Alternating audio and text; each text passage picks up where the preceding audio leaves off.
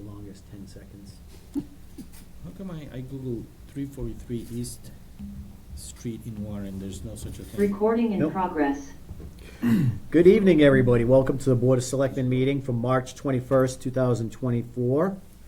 So everybody's aware, if anybody's going to be speaking, please identify who you are, what your position with the town is, if you're a resident or employee or whatever. That's our social media requirement to be able to identify everybody on there. So everybody's aware, we're recording the meeting via WCAT 6, which is our local access network. We're doing it also via Zoom, which is being recorded, and you're also being live streamed on Facebook also.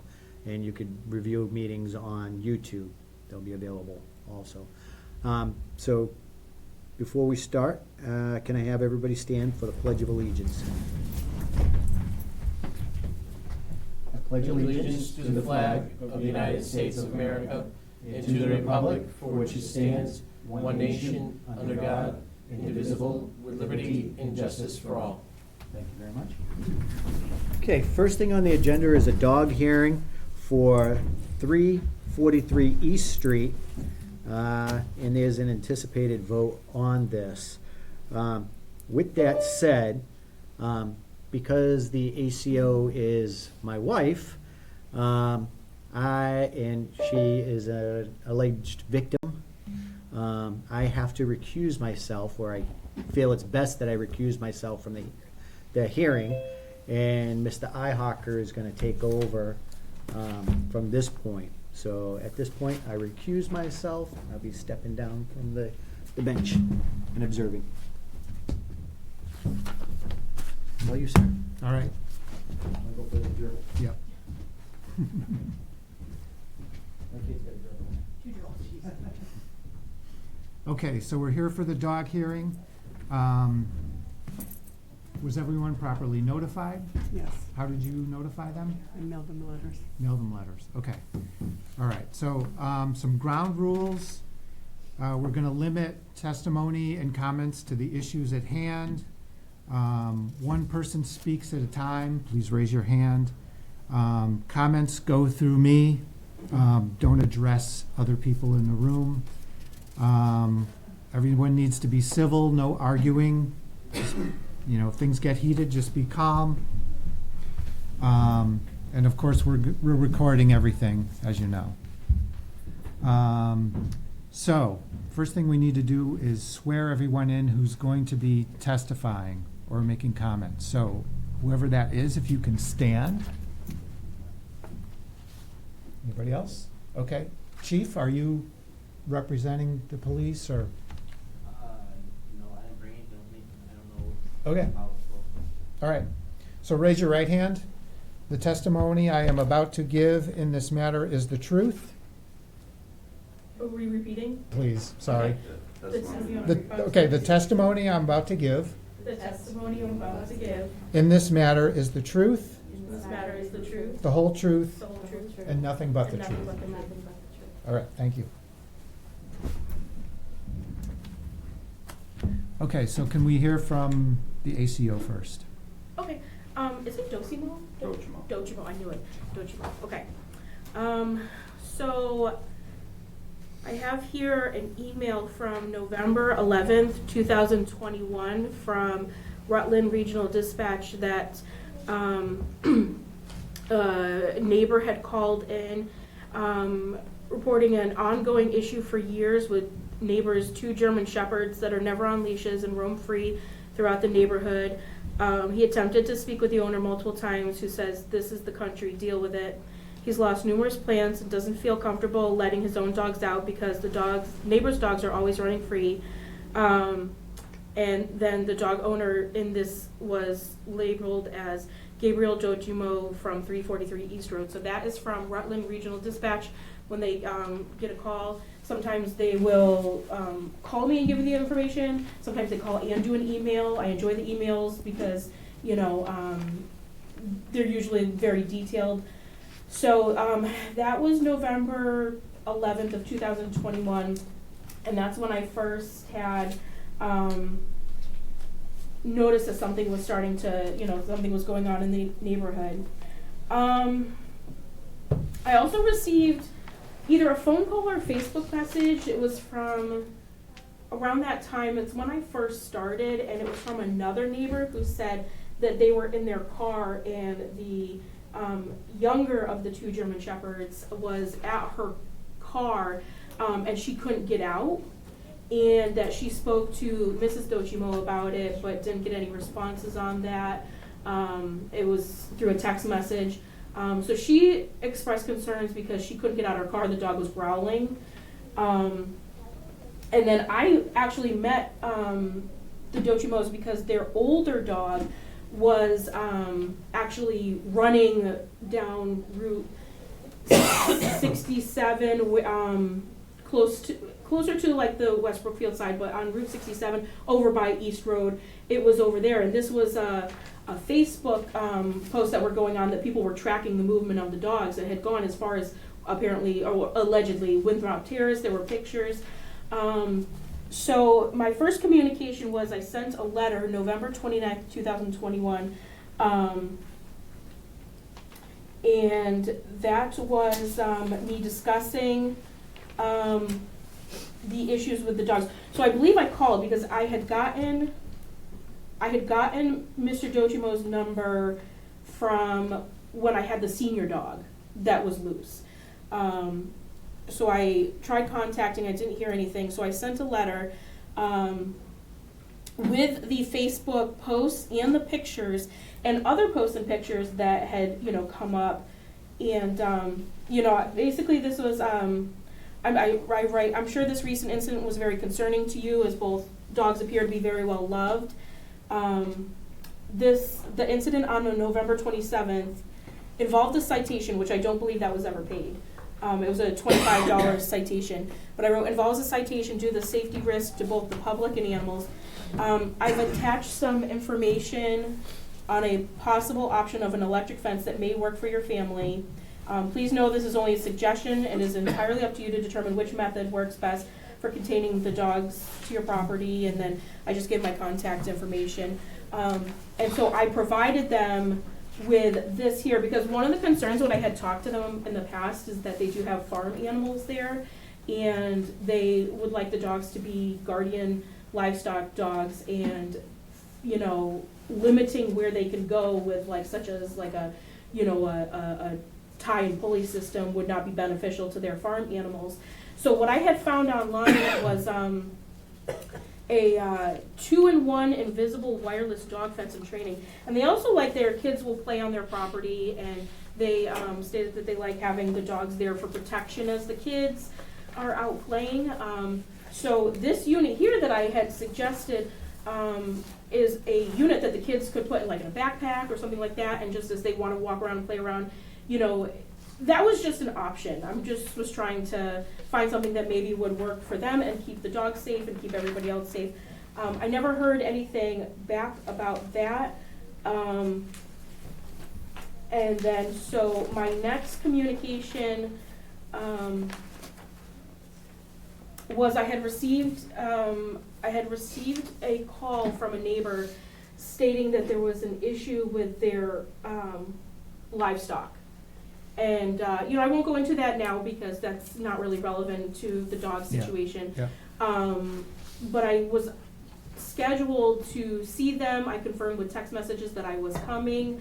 And when I went there, there was nobody at the front, so I saw Mr. Dochimo's vehicle parked. They have two separate driveways, one that goes directly to their house, and then the other one is kind of like a dirt driveway that goes to where their livestock is kept. And so I saw his truck there when it was running, so I'm like, okay, well, that must be the plan. They know I'm coming. So I pulled behind his truck, and I got out, and I didn't, see anybody in the truck. So then I went over to the, I started walking towards the house because I thought I saw somebody walking towards a door, and all of a sudden the dogs came out running, and the younger German Shepherd was, just coming straight for me.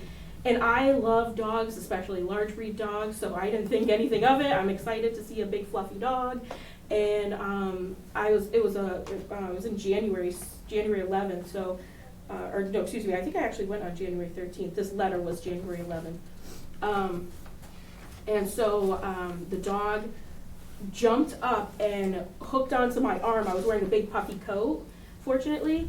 And so I just start screaming, and I, pull my arm away. And I believe they were calling it, I believe Mrs. Dojima was calling the dog back to her, and it did come back to her. And I was very shaken up, and I went back to my vehicle, and I called to have a police officer come, and they came, and Mr. Dojima came out, and I definitely had an adrenaline rush at that point, and I was just like, let me just complete this barn inspection, and I had the 2 police officers there with me, and so that was that. I have a picture. Okay, so here's my incident report. So it happened January 12th. And this just, it's talking about when I was there, mentions, the livestock inspection, and then there's a picture of the bite. Now, fortunately, it did not break any skin, which if that dog was truly, gonna hurt me, it could have done a lot of damage. So I was grateful that I was wearing my puffy coat. Bite. And it stayed as just a lot of bruising. It was very painful, and it was an emotional process as well as a physical process, because and a learning process, because I've always trusted big dogs more than I should have, and it was definitely a learning process that just because I love them doesn't mean they love me. Mhm.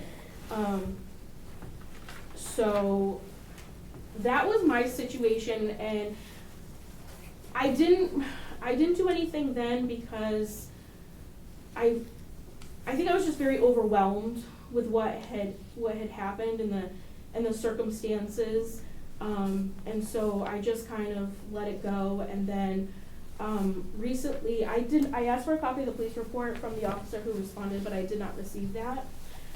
So I don't have the details, but the Amazon driver was going to deliver a package, and she was bit as well, and she said that same thing, it didn't break the skin. But I talked to her, and I said, if you go back to that address, I would probably just leave the packages at the end of the road. And I saw Mrs. Dojima recently for the 10-day at-home quarantine, which is standard protocol for every bite that occurs. Usually when it breaks skin, but since I couldn't actually see the Amazon driver, and this was now the second one, I felt like it was a good idea to do the 10-day quarantine, and they were, okay with that idea. So she said the same thing, that, that they can leave it at the end of the driveway. But the reason why I wanted to talk about this situation and request a dangerous dog hearing is that this is now the second bite incident, and nothing has changed. There's no containment system for these dogs, so I can't speak to would they, if a kid comes over and is walking up the front door, towards the front door or something, I can't speak. Would the dog be completely fine? There's no way of knowing that. There's children that live in the home, and this is a beloved family dog. But we do know that an adult walking up to their front door, you're at risk for a bite, and I strongly recommend a containment system for this dog. I just saw another, it's a little bit more on the expensive side compared to some of the more cheaper, inexpensive electric collars, but it's called Halo, and you can actually set up, it's up to several hundred acres that it can cover, and you can set up on your phone what the perimeter is, because the wireless collars, it does a circle, so that might not be beneficial to your property. And then the underground ones, they have a very long property, so that would be a big task if they wanted to put the wire underground. Also, electric fences are not always guaranteed to work. Some people have problems with electric fences. They don't feel like the electric shock is humane. But whatever it is, whether it be fencing in their property with other means, or doing a pulley and tie system, or even muzzling the dog, I think something needs to change, because this is now the second bite. Okay. Anything else? Okay. All right, so we don't have the police here, but we do have a report regarding the Amazon delivery person. She was bit in the buttocks after bringing the package to the door, but she didn't. So you have no idea what happened with that, I guess, right? I mean, I did talk to her, and I'm just assuming that she went to deliver the package, and, you know, the dog was out, saw her, didn't know who she was, and was, you know, protecting the property, but, you have the right to go up to someone's front door, Mhm. and then walk back to your vehicle. Like, if she was elsewhere on the property, then, you know, that could be, well, the dog was protected, but the driveway to the front door, you know, should be somewhere that any person could go to, you know, communicate with the person, unless they put up something like a driveway gate, and then they could do that, and then that would block anybody from coming up there. So, I mean, there are definitely some options that they could do what they think works best for them, and would protect anyone who's trying to make communication with them, and also, you know, protect the animal from any compromising situation. Yeah. But we don't know how bad the bite was at all, right? There's no information I in don't here. know. I don't know how bad it was. She did indicate that that she wasn't bleeding or anything like that. Well, at least, yeah, okay, Yeah. all right. Okay, so then there's a police report from 1/15/23, so that's last year, the incident you talked about, right? Yeah.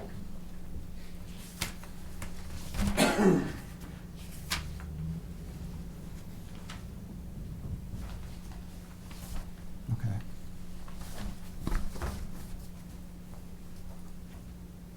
Derek, do you have any questions at this No, point? not yet. Okay, all right. Okay, so I think we're done with that side of it. So who's speaking for the dogs or I'll the speak. dog? Okay. Gate Dosmo resident, 343 East Road, Warren. I don't know if you guys want me to plead a case, but I'll tell you that an aggressive dog wouldn't just, about a 120-pound German Shepherd, they wouldn't just bite you and run away if it was ferocious. This is a dog of guardian. We have 5 kids. And when you come to my house, if we don't know about it, and my dog's outside of my children, he's never bit somebody outside my property. They're designed to guard families. We've had numerous amounts of parties at our house with people outside of our home, whether it's a church function at our house or a holiday or whatever, birthday parties. Again, I have 5 kids, so we have 5 birthday parties a year, and never once has the dog shown a sign of aggression.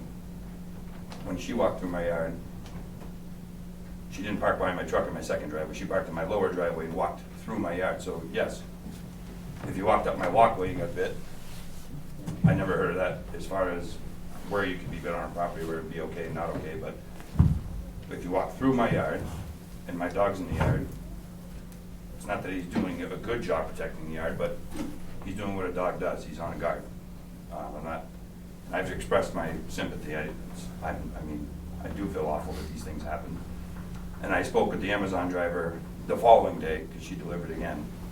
And I had told her, you know, if there's anything you need from me, whatever, I'm very sorry that it happened. And like her, she was very startled at first. And you know, I had a conversation with her. She said, you know, it wasn't as bad as it seemed. You know, I was just really nervous and amped up, and obviously wasn't going to ask her to see it. But right after the Amazon driver had left, that second call, first being the first, Officer Shea, is that his name? Yeah, enough stick. So Officer Shea came up to the house, and he had to make the report for Amazon. And again, I don't mean to keep saying it, but with 5 kids, it's tough. I mean, a kid opens the door who's 2 years old, my daughter, or my son who's 5, the dog goes through. It's not intentional. So I had asked Officer Shea, do you want to meet the dog? And he said, no. Thinking, you know, he's a vicious dog. And I said, okay, fair enough. Well, as I turned around, my son had the door open. and the dog came out. And the dog came, and I do have two, and they look pretty similar. He came and he sat right next to the officer. And he's patting him. He said, "Is this the dog?" I said, "Yeah." And I have no past relationship with this cop. I've never met him outside of that one time at my house. And he said, "Well, I'm gonna make sure it's in that police report." So oddly enough, it's not here. So you can't put a dog collar on a 13-year-old German Australian Shepherd mix. You can't teach an old dog new tricks. We did buy one. Had I known it'd be a hearing like this, I'd bring all my evidence, but we have a muzzle we bought. We bought Beware of Dog signs. When we first moved in, I mean, we're dating way back. I've only been in Warren since 2018, so I mean, 6 years. So, new to the neighborhood, the dogs were nosy. They don't hardly leave the yard now. We got that pretty well under wraps. My kids are getting older, they're becoming more conscious of making sure the dogs are in the house and don't let them out. So I mean, as far as the actual situation goes, is the containment of the dogs, it has been better. And again, a dangerous dog hearing to me would be a dog that viciously attacks somebody, not a dog that's protecting its home and its family. And I spoke with the Amazon driver, and she said, "I understand completely." And she's not afraid to come to my house or do anything like that, and she's met the dog since. And it's never been a problem. We've had multiple UPS drivers, they come right up to the door, drop it. And I asked her, it was her first day ever delivering to my house. So, she was brand new. Now, my son's in the sandbox in the backyard, and the dog, I mean, I wish I had videos of it, it's amazing, will sit and just stare at my son in the sandbox the whole time he's there, or whatever he's doing. So he sees somebody come in, realizes he's never met him, and it's not, I swear it's not even a bite, it's more like he puts his mouth, jabs it into whoever it may be, because her coat wasn't even ripped. A bite would rip a coat. And then the dog immediately retreats. So I wouldn't say he's dangerous, I'd say he's protective. And again, I mean, I don't have any paperwork or anything like that to show you, but I mean, I have the signs, the dog collar. I tried the dog collar on, it's not gonna work. And I'm not gonna have my dog walk around my yard with a muzzle on. That defeats the purpose of having a protective dog. Again, I'm sorry that these things happen, but I don't consider them dangerous myself, and I know everybody that knows a dog, German Shepherd, knows their purpose. You have family and kids around them all the time. There's 21 grandchildren in our family. They're always at the house. Never had a problem with them. Elderly, the dog doesn't have any discretion other than new people, and the kids are alone. That's it. Okay. Just state your name and My address. name's Sarah Dochmo at 343 East Road. I just kind of wanted to clarify the incident, the first incident. I had an accident where I broke my hips. So I was in a wheelchair when she did let us know she was coming, but I can't get to the door because we have a step to let anybody in. But I was in the kitchen and I was watching her. She pulled into my lower driveway, which is not where my husband was. He was up, and he was up by like his big garage. There's the barns up there, and she never came to my door. I watched her because there's breezeway windows. I watched her walk in front of, around the house, around the garage, and go up and look in his trucks. Might have been on. I can't see that far up. But she looked in all the vehicles. Now at this point, my dogs don't come in the house. I don't like dog hair. That's just a personal thing. They stay in the breezeway. And again, I can't get to there to let her know. So I get out of my wheelchair, and I only broke one hip, so I'm hopping to let her know that my husband was in the garage, in his barn, and again, he's a bigger dog, and he's watching this lady wander through my yard and look in our vehicles to find my husband. At that point, I can't say much about that, again, being protective. He pushed past me, and I pretty much almost fell, and the second I hollered, he came back. Now, again, I had to call my husband, so then it took me a minute to now hop back to my wheelchair and find my cell phone to let my husband know, and he was immediately there. You know, he works a lot, so I'm home with my children, and I need my dogs. He works, he plows. I'm home all the time with my dogs, and my dogs protect us. They're like a guardian almost. So to say that we haven't tried, you know, even the second it happened with the Amazon driver, they call, that's their job. Amazon calls you from their big headquarters. They make sure, you know, the rabies shots are all set, he's all up to date, this, that, and the other. They wanted all the records from the vets. And, you know, moving forward, how can we resolve the issue? Obviously, today we all get packages. I said, please put it down at the end of my driveway. I don't, you know, we've had a previous driver, and he loved my dogs. He had German Shepherds. He'd come up, they'd lick him, they loved him. But now we have a new person, and I can't change, you know, we all get jobs, we all change. I said, moving forward, put it at the end of the driveway. Anywhere at the end of the driveway, we have these light pillars, put it there, because we don't want this to happen, God forbid. And they still bring them to the door. I can't do any, what do you want me to do? You know, if you were to put a parameter on my dog isn't leaving. It's people are coming over. So that's not a solution that would really work for a package. If you want me to not order toilet paper online, I can go to Walmart, but like, again, that's not gonna, people are still gonna come to my house. And like, I just had a church meeting, and he's never met any of these people before.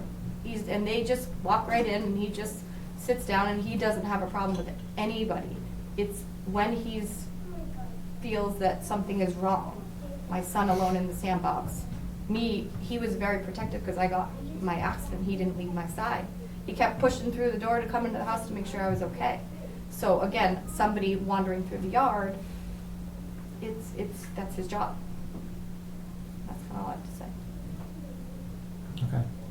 I just want to say one more thing real quick. Sure. Dating back, I mean, we went so far back, I forget about half of this stuff, but as far as that barn inspection went, and those reports that were written from Rutland or whoever, whatever neighbor it was, I mean, realistically, we came in the neighborhood with a bang, so I lost 2 neighbors out of all the rest of them.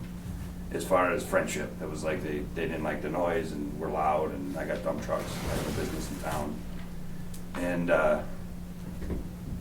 those original complaints came from roosters. So what I'm getting at is anybody can write anything as far as a complaint and a notification or whatever. And I mean, the original, just to clarify, like just to make it so you understand, she came to my house for a barn inspection. She did the inspection, and everybody was fine. There was no animal that was malnourished, because that was the original complaint. And she inspected the animals. I asked her 3 or 4 times, how do they look? They look good. How's the water look? How's the food look? Where's the food storage? And everything was fine. It was, I mean, not that, again, it's just old news, but as far as the dog goes, these are the same people that made these complaints, are the people that were accusing us of not taking care of our animals. So where's the validation as far as, or credit, as far as truth? And I mean, people say what they want, and it doesn't have to be true. I'm not saying who's wrong and right and whatever, I just want to make that clear, so. Okay. So vaccinations, are both dogs vaccinated? Are they licensed? They both have license? Yeah. I think I just it's every year you have to do like the thing, but Yep. yeah. Okay. All right. So what signs do you have up that would, I guess the problem I see is the dogs are, something triggers, it's one dog, right? That's the problem. Yeah, that's a problem dog. Right. So, I mean, something triggers it. Do you have signs up? We have beware of dog signs that we Okay. just bought. I'm not Okay. gonna lie to you and say I've had them up for years, I just bought them Okay. because of all this, you know what I mean? We're trying to warn people.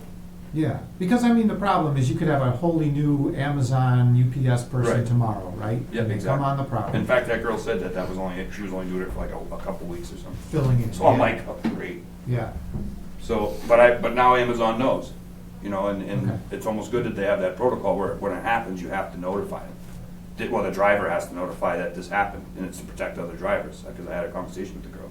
right. And And I told her, is there a number I can call? And she said, you know, so I could do a little talk with them and warn them and whatever, and she said, they're gonna get in touch with you, and that's when they got in touch with her about, you know, as far as, you know, what can we do to avoid even going to the front door? And she says, leave them by the wall. They still come up.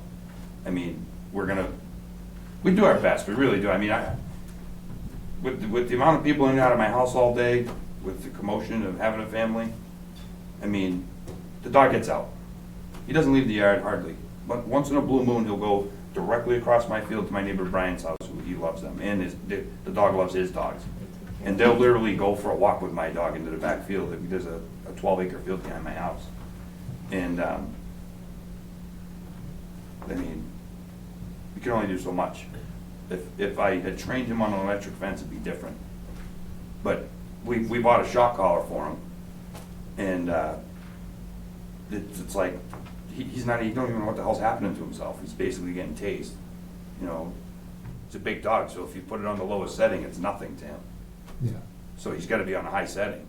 And I mean, right, I mean, it's just, I don't know. And so you don't have a fence in the front or a gate or anything that you could, For my Mine. yard, yeah, to get into the yard that would keep, like a driveway gate, yeah. I mean, we could probably put a gate. Or do you have a fence in the There's like front? a stone wall, and then the Okay. driveway goes up, and then I go into my garage. Right, Okay. the house is surrounded by a stone wall, actually, Oh, okay, all right. kinda sorta. Yeah, the inner walls. We live in a huge field, so it's tough to say it's surrounded by stone wall, but my immediate yard, that's landscaped, has stone walls. Yeah, I've seen, I live near there, so yeah, I've seen the house. Yeah, so I mean, a gate might help, because at least it would keep people out, Right. right? So We're that- gonna put signs right on we have, well, one of them just got wrecked by my niece, but we have 2 pillars out front, and we're gonna put 2 signs on each pillar, Okay, so that way they'll know. I mean, if you can't read those signs right on they're basically on East Road, the pillars, it's not like they're set back. yeah, okay. And then, the other thing is, I mean, we have a doghouse for them in the summertime, and we put them out, and they sit in the doghouse, under a tree, whatever, and they're fine with that. And that was one of the first things we did after, because that was last winter, that she's talking about, so I mean, last summer, her father gave us a doghouse after that incident, and in the summertime, we took him up, and he's tied, and he's fine. Big box. Right, he just barks. All day. But, yeah, I mean, I not to be ridiculous, but I'm not gonna put a muzzle on my dog. I mean, I don't even think I've seen a dog with a muzzle in the last 10 years. And the electric fence isn't gonna work. So what I'll do is I mean, as far as what I think I should do, we're gonna continue to tie them up outside during the summer. And then, we'll put up those signs, and we'll keep in touch with Amazon and or UPS or whoever's coming to the house. We already made that known anyways. So, And you can, even in, well, like Amazon, you can put delivery instructions, I mean, Right. that could be part of We the. did do that. We Okay. did do that, and they still bring them to the door. Yeah, they don't always follow. They were like, oh, we even sent you a text message to let you know we were coming, and they did, but again, you have to be by your phone, and I'm not always by my phone with my kids. Yeah. I don't know, is there any training that can be done?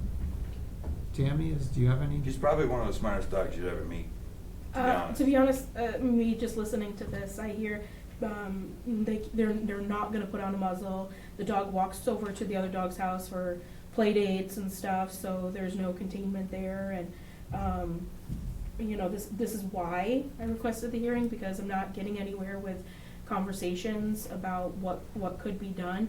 And it's just, if nothing is done, then, you know, it's been a bite every year about the same time, strangely enough. So this time next year, we'll be back again with the next person. And I would be open to anything that they were willing to do, you know? I mean,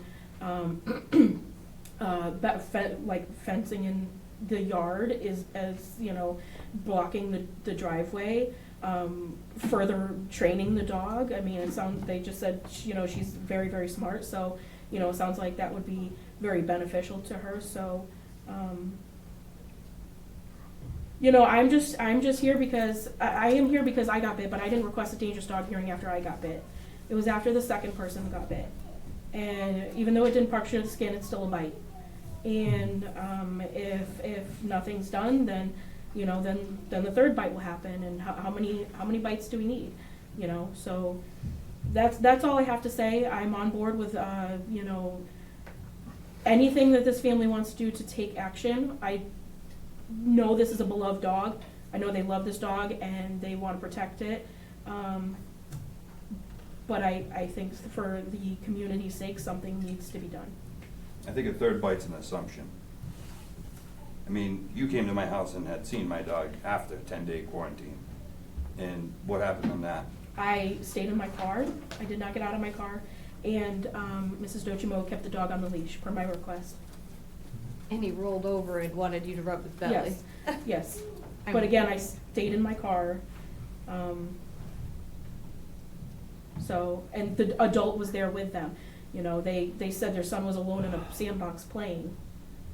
You know, who's to say that, you know, some person doesn't know, wants to ask them a question or something, walks up to their door or whatever, and I'm not saying that it's going to happen again. I hope it never happens again. I don't like these dog hearings. I don't like doing them. They're stressful.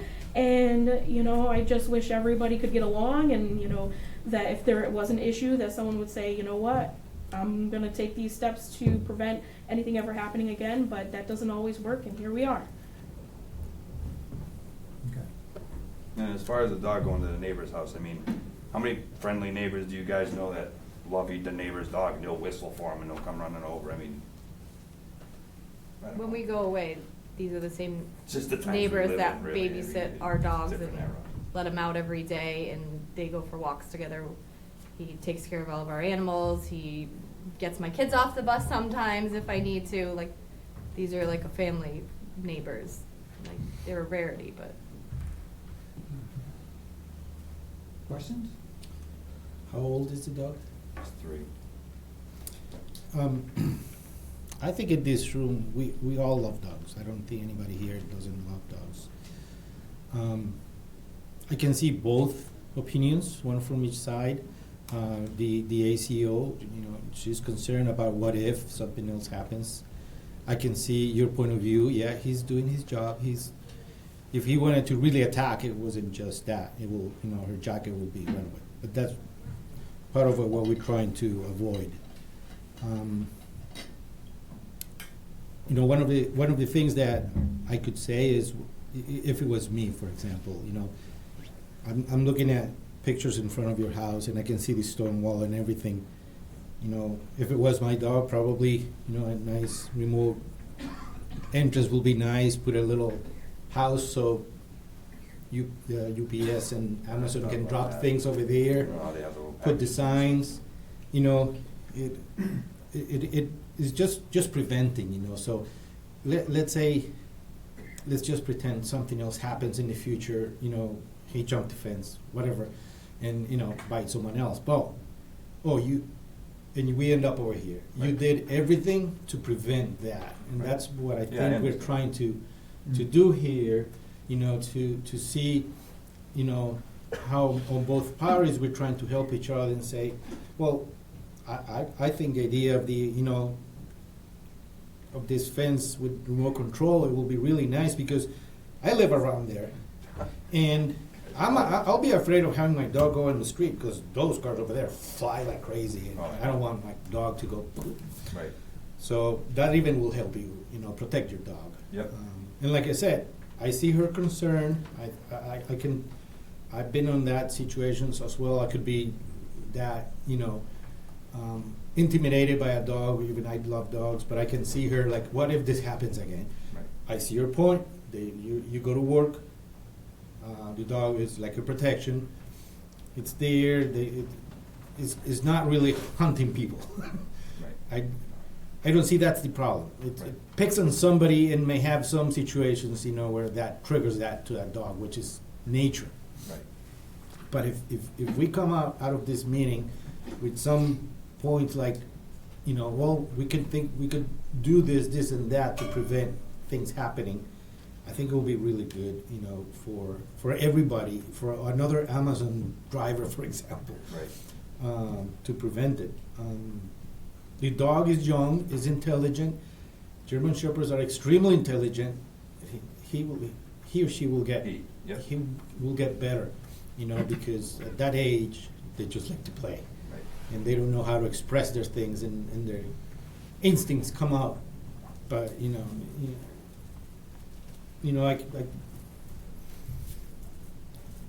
I'm not saying he's a dangerous dog. He's actually a dog. A dangerous dog will be a lot different. I don't know if you're thinking, but I think the why she brought us here is to come up with a list of things that you can do to prevent as much as possible so it happens again. And one of those dogs can jump the rock wall, and either a car goes over him because they speed up over there, or gets another Amazon guy. So my point of view is, what can we do to prevent that? Right. It's not that. I guess the two options presented, I was like, you can't.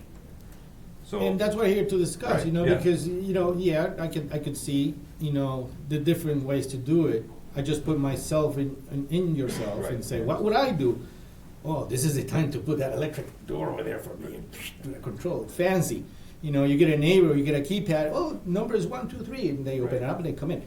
You have your spot so people can come and leave packages over there, and maybe a ring bell. Right. A ring bell, so when somebody's visiting you or somebody stops by to give you an invitation for a party, they ring the bell and then you come out and you have your dog is all set. So I don't know. And honestly, if you're worried about safety of the dogs, you keep mentioning they're there for protection. Having a gate on your driveway is gonna be another level of protection too, Right. if you're worried about that. So, Yeah, that's. You want to get- Ooh, sounds fancy. so. I mean, I need a new pillar. So I think the common thread with these two is people entering the property, right? That seems to be I so think that, the original complaints was that he was leaving, but we fixed that for the most part. okay. But That's what started all this was. the two bites, so Right, as far as the bugs. ACO comes onto the property looking to do an inspection. Amazon driver comes onto the property delivering a package. Yep. So it seems with the gate, you're limiting who can come in, and then if somebody's out there, and you can be prepared. You can go out and meet them, or you can Let them in. have eyes on the dogs, whatever, right? Yeah, I mean, if Make it's a it real friend, fancy around here, I don't know. you know. It sounds so sophisticated. Whatever it takes. Okay. See, that's what I want to get out of this meeting. A will to do something to prevent that. Maybe a kid goes on a bicycle over there and he wanted to play with him and makes the kid fall off. But you already have a history of biting, and then it gets Right. back over here. Right. Yeah. So we don't want that. We want to, we want to say, well, the owner did everything to prevent. He put a fence, he put a this, he did that. It's just going. It just was a bad casualty. But I can see when the ACO talks, her main concern is what if happens again and we end up here again. So trying to do as much, okay, yeah, the thing that you were talking about that don't work, okay, those things may not work, but there's other things, that can make it work or go forward to try to make it work. Right. And things do happen again. I've been on this board for almost 3 years now, and there has been, I think, 2 families that have been here twice for dog issues. Yes, there. So things do come back. Right. They don't always get solved the first time. So that's what, again, like Derek's saying, we want to Right. prevent that from happening. Yeah, and if we all work up on this, and let's say it happens, X, Y, Z, but it is, you come again and you have a case, well, we put this, we did this, and the dog just flew over the rock wall. What can we do? We did everything possible.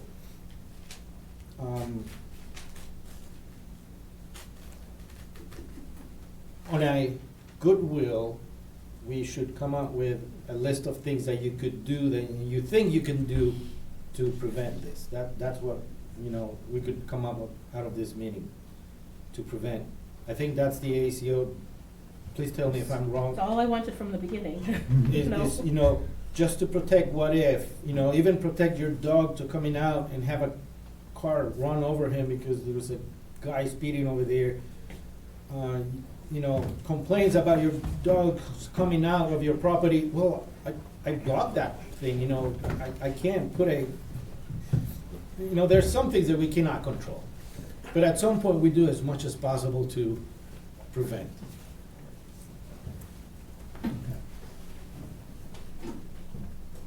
Any other comments? Do you want to, are you ready to discuss this, or? I think we're ready to discuss. The owner of the dog is willing to do something to protect his dog and his family and, future events. So, Okay. Actually, I just thought of something. So there was an issue with the dog down on 67 and stuff. How did you end up? That was the old man, my dog, I call him the old man. Oh, okay. Yeah, he's like senile. So He's how almost did you 15. keep the dogs on the property then? What was your solution for that? Well, honestly, the dog, when we had that original problem, was only like a year and a half, maybe two, the young dog. Okay, With the neighbor that said if you would've let her out of the car, all that crap. So, that's when we got that doghouse, and tying him helped, because it Okay. almost showed him station, you know what I mean, as far as training him where his boundary is. okay, Another tactic I actually did, and I'll tell you, is an old man neighbor of mine, growing up, used to tie a log to the dog's collar. And you literally let the dog stay in the yard, and you sit with him for the day, not for the whole day, but you sit with him while you're doing this method, and the dog gets too tired to drag it all over the place. So as you're sitting there, the dog will just kind of stay close with you. So that's why when, now it's to the point where the kids, they're outside, the dog's right with them, and I swear that's what happened. That's why that method works. The dog gets tired, he stays with you, and then you can help him pull a log. And then when you let go, it's like that little bit of weight teaches him to stay. And he does, as soon as he feels a little pull on his collar from that log, he stops. So, we've done all different stuff. He was a puppy. The dog's not fully matured until 2 years old as far as height, width, length, ability, knowledge. He's definitely on the tail end of, I would say, his energy. okay. He's gonna be mellowing out over the next 2 or 3 see, years. the door kind of like helps, protect him to go away as Right. well, Right. or at least there's an intention of protection for not, let's say the assessors is trying to go into your house, Oh, yeah, that could be another one. and he will just walk in and go around your house, and then the dog's instinct is there's somebody strange over there is walking, and he will go and could trigger it or not. We don't know. Right. It's animals are animals, and they have their own, it's something that triggers the dog. So, with some steps to prevent that, I think it will be a win-win situation for everybody. Mhm. Go ahead. I will say, we did have like an insurance person that, but we knew they were coming and they just were fine. They sniffed the dog, you introduced the dog, they're just Dog like. sniffs down. Oh, well, whatever. No. But what I wanted to say for the instance on 67, that was our older dog. He's gonna be 15.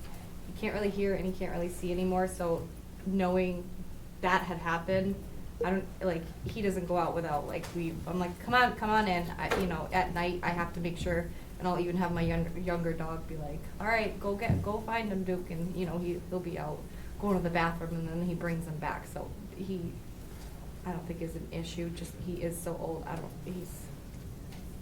And the other one is getting older, so it will yeah, learn and will stay. he makes sure that he's, I'm like, go get him, and he goes, Okay. All right. Okay, so, we're ready to close, you think? We're almost there. Okay. So once we close this, then we discuss, so nothing else can be introduced. So if you're all set, either side, then we can close? Okay.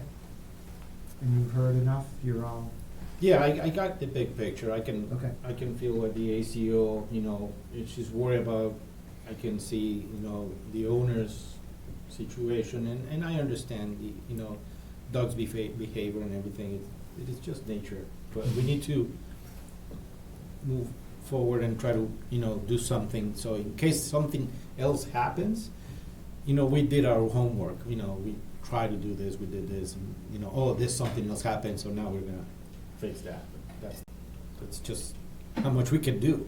I'll say it's been this board's practice over the past few years not to be punitive, to work with dog owners, so I think that's how we operate, so, and I think so far that's where we're at. Yeah. So, okay, so if you wanna make a motion to, So no more? Anybody on Zoom, you wanna check in Zoom? Check in soon. well, I didn't swear anybody in, so I don't Okay. think, did anybody get sworn in on Zoom? I wasn't paying attention. No, they didn't. Okay, yeah. So I make a motion to close the dog hearing for discussion. Second, all in favor? Derek Bailey's aye. Rich Hacker, aye. Okay, so now we can discuss. So what do you think? Like I said, we if it was my dog, I would, protect the entrance Yeah, I think, somehow. yeah,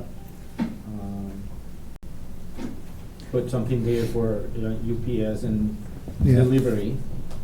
I see a lot of people during the pandemic put little boxes, so they just go there. well, that's what I was thinking, because if it's raining or something, Yeah, it should they be may be protected. more compelled to go to the door, because it's Yeah. raining.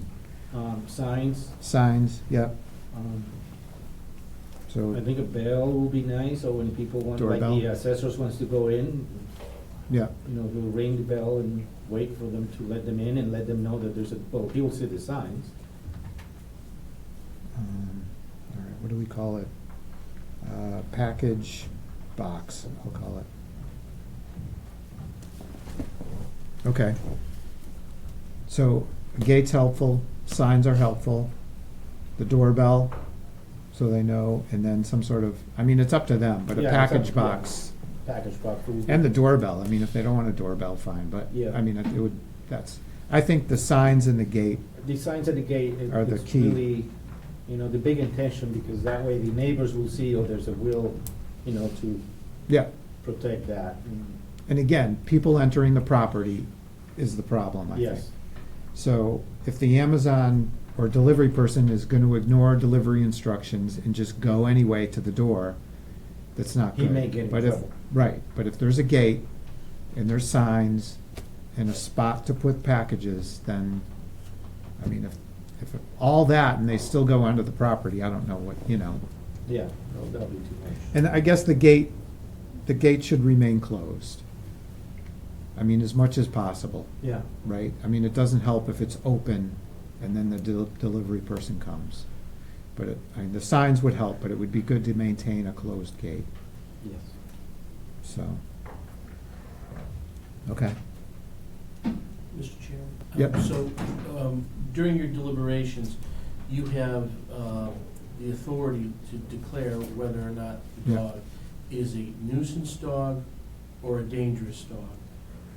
And then if it's a nuisance dog, there's very limited parameters as what you can put on. If it's a dangerous dog, there's a list of parameters that the board could, potentially, enforce and ask that they follow. But those are the only criteria that you have for you. yeah. But what we've talked about so far could go under either category. Well, I think it probably would go under the dangerous category of some level of, protection there. If you're talking about parameters and, if this- Because haven't we done parameters under nuisance dog in the past? No, nuisance is just, there's very limited things that you can do. Okay, But I don't wanna like declare it as a dangerous dog. I don't see it as a dangerous dog, you know, but, you know, the owner is willing to do all the steps to protect his dog and to prevent something happening again. Yeah. So can we not say it's dangerous, but suggest to do these steps? Well, Under- suggest. Yeah, yeah, I mean, you could suggest things, yeah. Well, I don't think we've talked about ordering anybody to do anything, which we could under dangerous, Right, yeah. right? We could say, you put up a gate in 30 days or we're back, right? Yeah. Okay, I just wanna let the board know that it's either nuisance or dangerous. yeah. Yeah, I don't think it's a dangerous dog. I think it could potentially get there, but I agree. Right now, I would be okay with nuisance. And since the owner it's okay to do all these things, we will suggest Yeah, our list to prevent it, to this happen again, you know?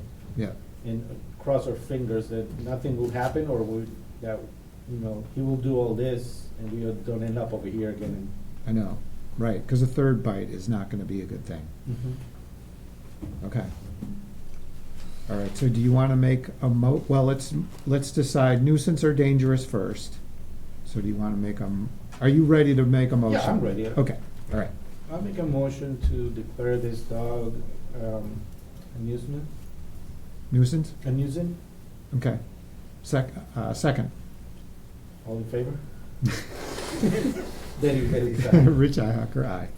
Okay, so we've got a nuisance dog, and then let's just make a motion on their suggestions now. But we strongly suggest, We make a motion, so the owner of the dog, to do what we strongly suggest to do to prevent, you know, the dog from another incident. okay, so what does that consist of? That consists on a gate, Mm-hmm. Driveway gate, driveway gate.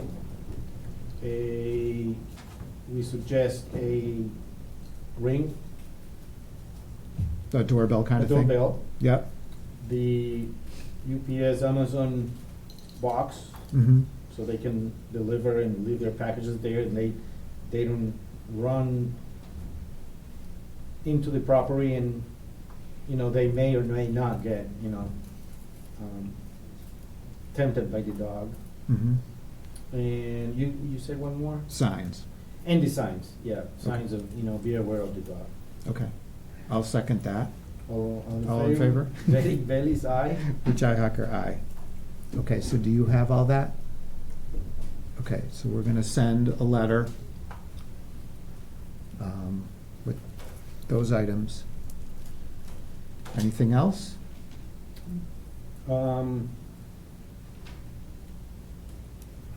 Since we didn't assign the door as dangerous, we cannot put any conditions of doing this and that, but we trust on the owners, and, you know, they have the will of, you know, getting our suggestions done, so I think Yeah, I there's agree. nothing more to say. Okay. All right. Well, I mean, you know, at this time, if the board declares it a nuisance, doesn't mean that it couldn't be a dangerous dog, you know, Well, no. on a different complaint. Yes. You know, Yeah. 3 months from now, 2 months from now. And that's what we don't want, that's why. Yeah, we don't wanna be back We here want the again. owner to follow our suggestions and try to prevent that, you know, and if it, with all the preventions of the world, something else happens, then we'll end up over here and it'll be another story. And then we'll deal with it all over again, so. Yeah. Okay. But prevention, I think, is good. Yeah. Okay, so if we're all set, then you wanna move to close the hearing?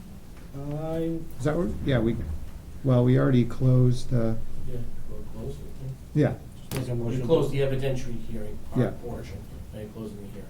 okay, yeah. Motion to close the hearing. Make a motion to close the hearing. Second, all in favor? Derek Bailey's aye. Rich Ihacker, aye. Okay, we're all set. Thank you very much.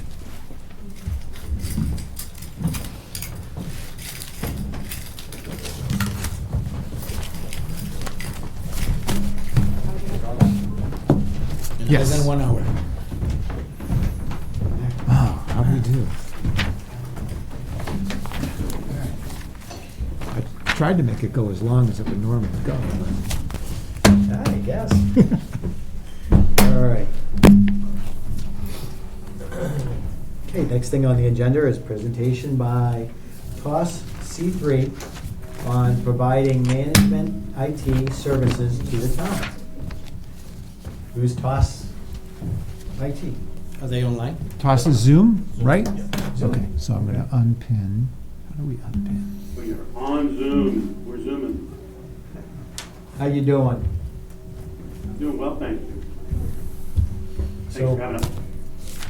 we're looking for a new IT provider or someone that can provide us services that we that are equal or better than what we have now at a better price. Towns are having a hard time right now with funding, and anywhere we can save, we're always looking for savings. So we're trying to get some different bids, basically, and see what we can offer. So what do you have for us tonight? Do you have a presentation, sir? Fantastic. I do have a presentation, and if you don't mind, I'd love to share my screen. Is that all right? Yeah, let me, Yes, sir. I gotta set you up to do that. All right. Go ahead.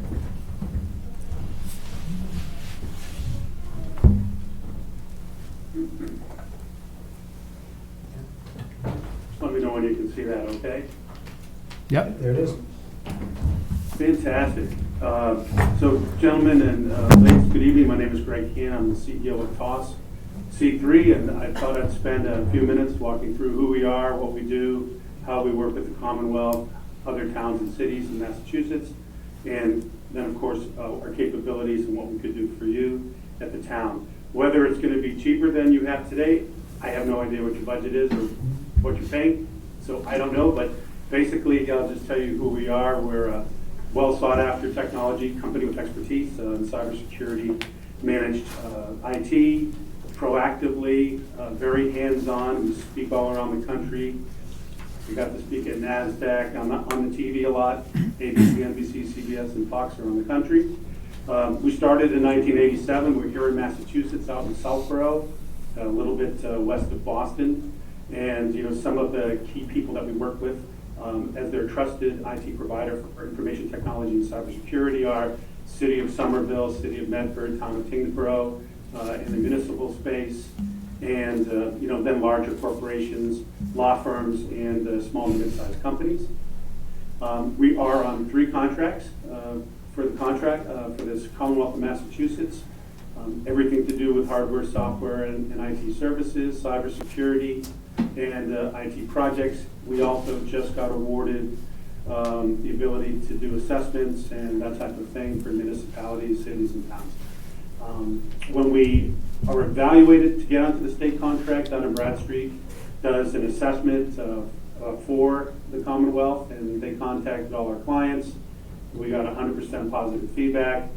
I'm very proud of that because my team is amazing, and they do some great things. My COO is on the line, Mike Shula, right there with his handsome face, and then Scott Ziegler, who is Enterprise and Municipal Account Executive, is also on the line in the background. We've been fortunate to win for the last 5 years, Lawyers Weekly's Readers Rankings. So all the attorneys in Massachusetts that read Lawyers Weekly, which is all of them, they vote on different categories. So we were the #1 winner for data security, IT outsourcing, cybersecurity, cloud computing, and data recovery. I'm very proud of my team again for doing that year over year, which is a fantastic achievement for them. Some quick highlights. What we do for clients is create a work from anywhere environment that's fully secured and protected from cyber disasters. We have a very high quality and speed for user experience. And some of our clients see that as pandemic proof because they were able to work seamlessly through the pandemic. In fact, one client who was a CPA came on, I think, February 15th, and then the governor shut us down March 17th. And he didn't skip a beat. He was very happy. Ransomware prevention is another big area for us. We do stop thousands and thousands of attacks continuously. We work with the #1 provider software, and then we have what we call eyes on glass, watching it 24/7, taking proactive and remediative actions. We'll talk about the different areas that we do that for at the different levels. And then we have C-level technology management, so that we have our CIO, CTO, CSO, and CISO watching, and basically what that means for you, the advantages is that anything that could possibly come up, we have the ability to manage your compliance as well as your security to make sure that the town is always safe and secure, for the town itself and for the citizens. So we're committed to delivering the best. So this is how we work. This is our framework with our client in the center. Always we're focusing on the customer, the client.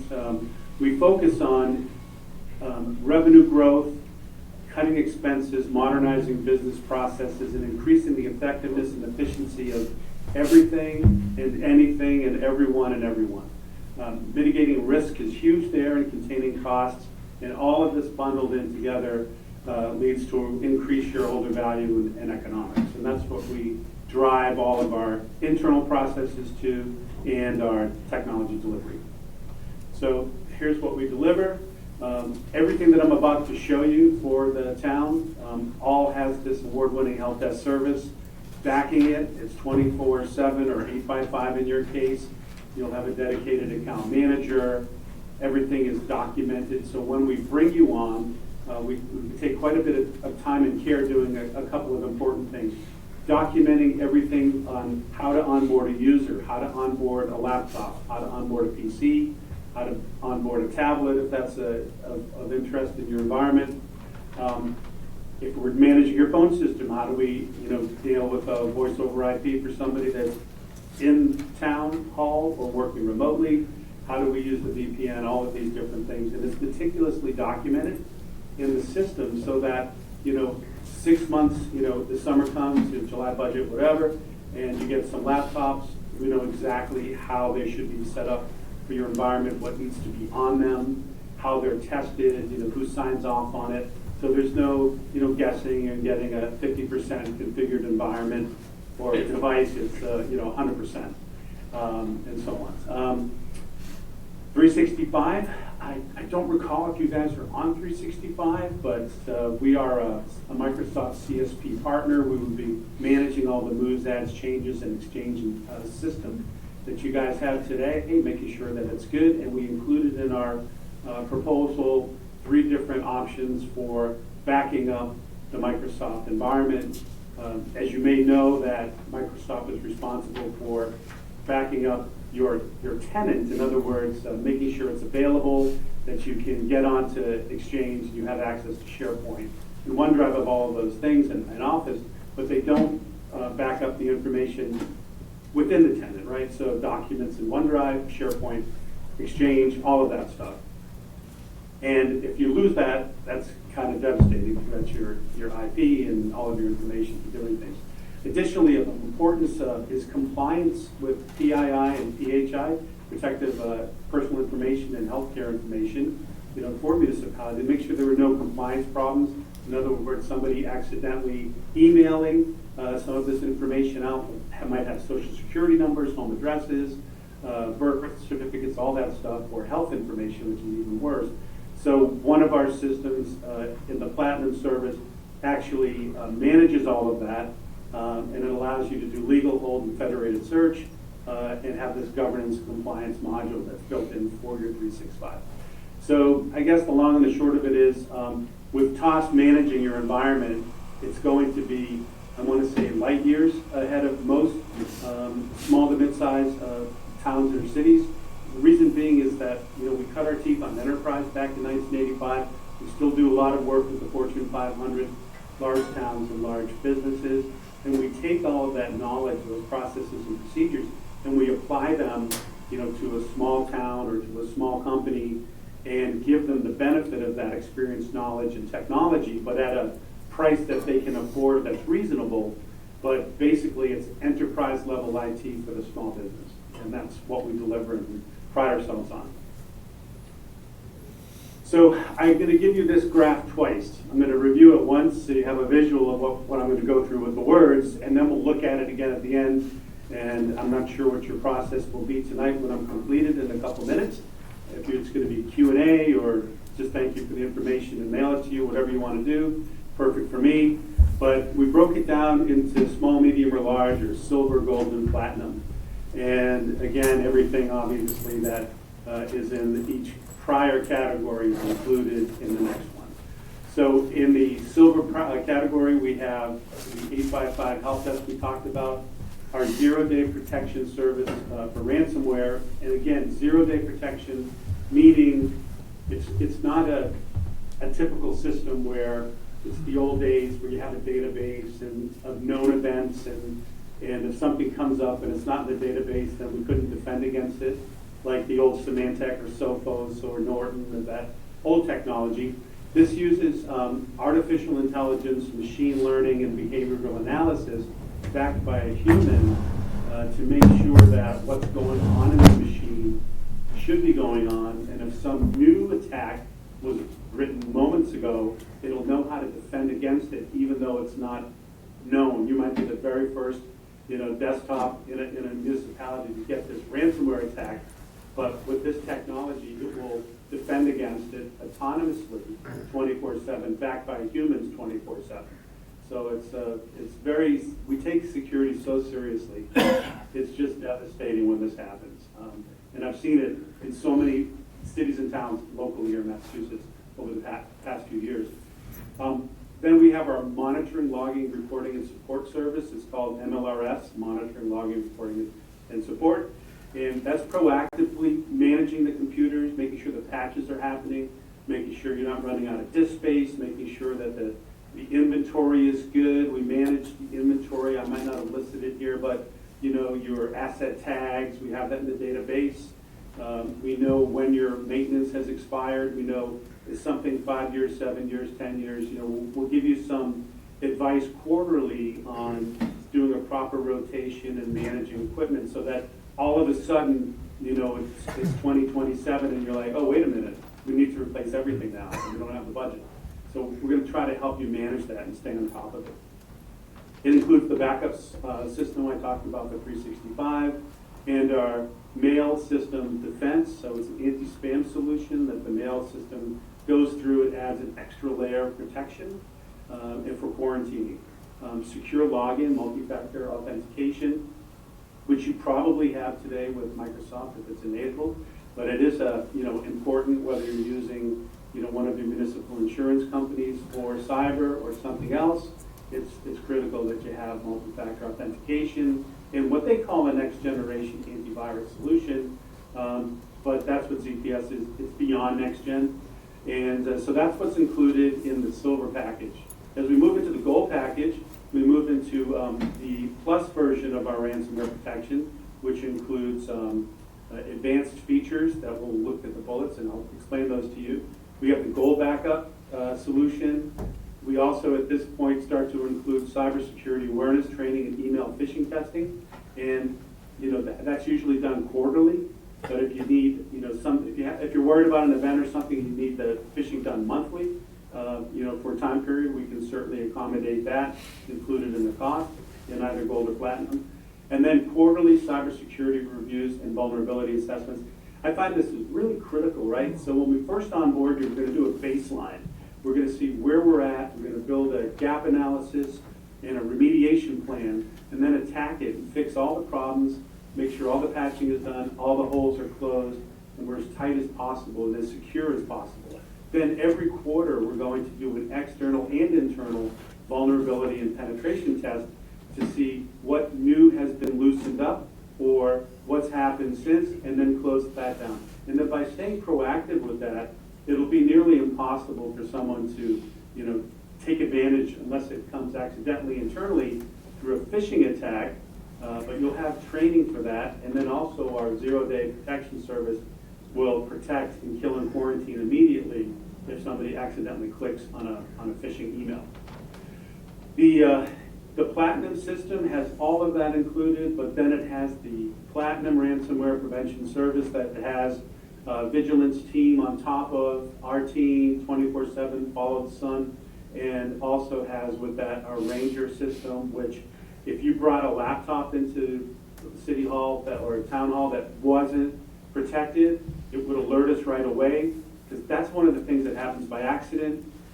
Around the holidays, and people get new devices, they bring them in, they don't have the proper ransomware prevention, they plug it in, now it's vulnerable on the system, they get attacked.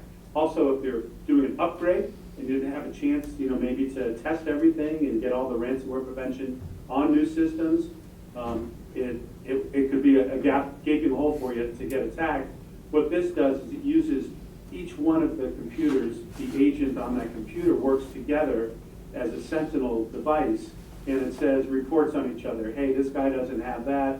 There's a new device that's plugged in. Can you protect that? And so on. So it's out there communicating and watching 24/7 for you, at Town Hall and remotely. The Platinum backup service is the one that has the governance, compliance, federated search, and legal hold. And then the last thing that we include with this is called SIM monitoring service, Overwatch. And basically what SIM monitoring means is that the key areas, your firewalls, your routers, your switches, your servers, anything that's super vulnerable is being managed and watched 24/7, looking for what we call IOCs, indications of compromise.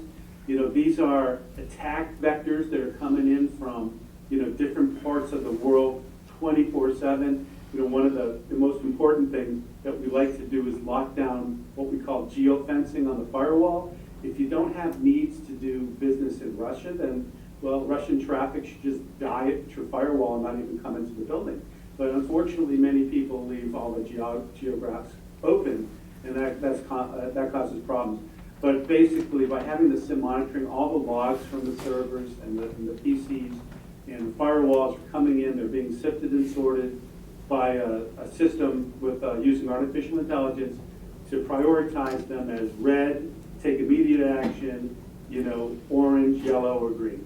And that's what you need to do these days, because a human alone can't just do it by themselves. So these are basically all the words that I spoke to you. Now they're here in writing. You can take a quick peek here in the basic service.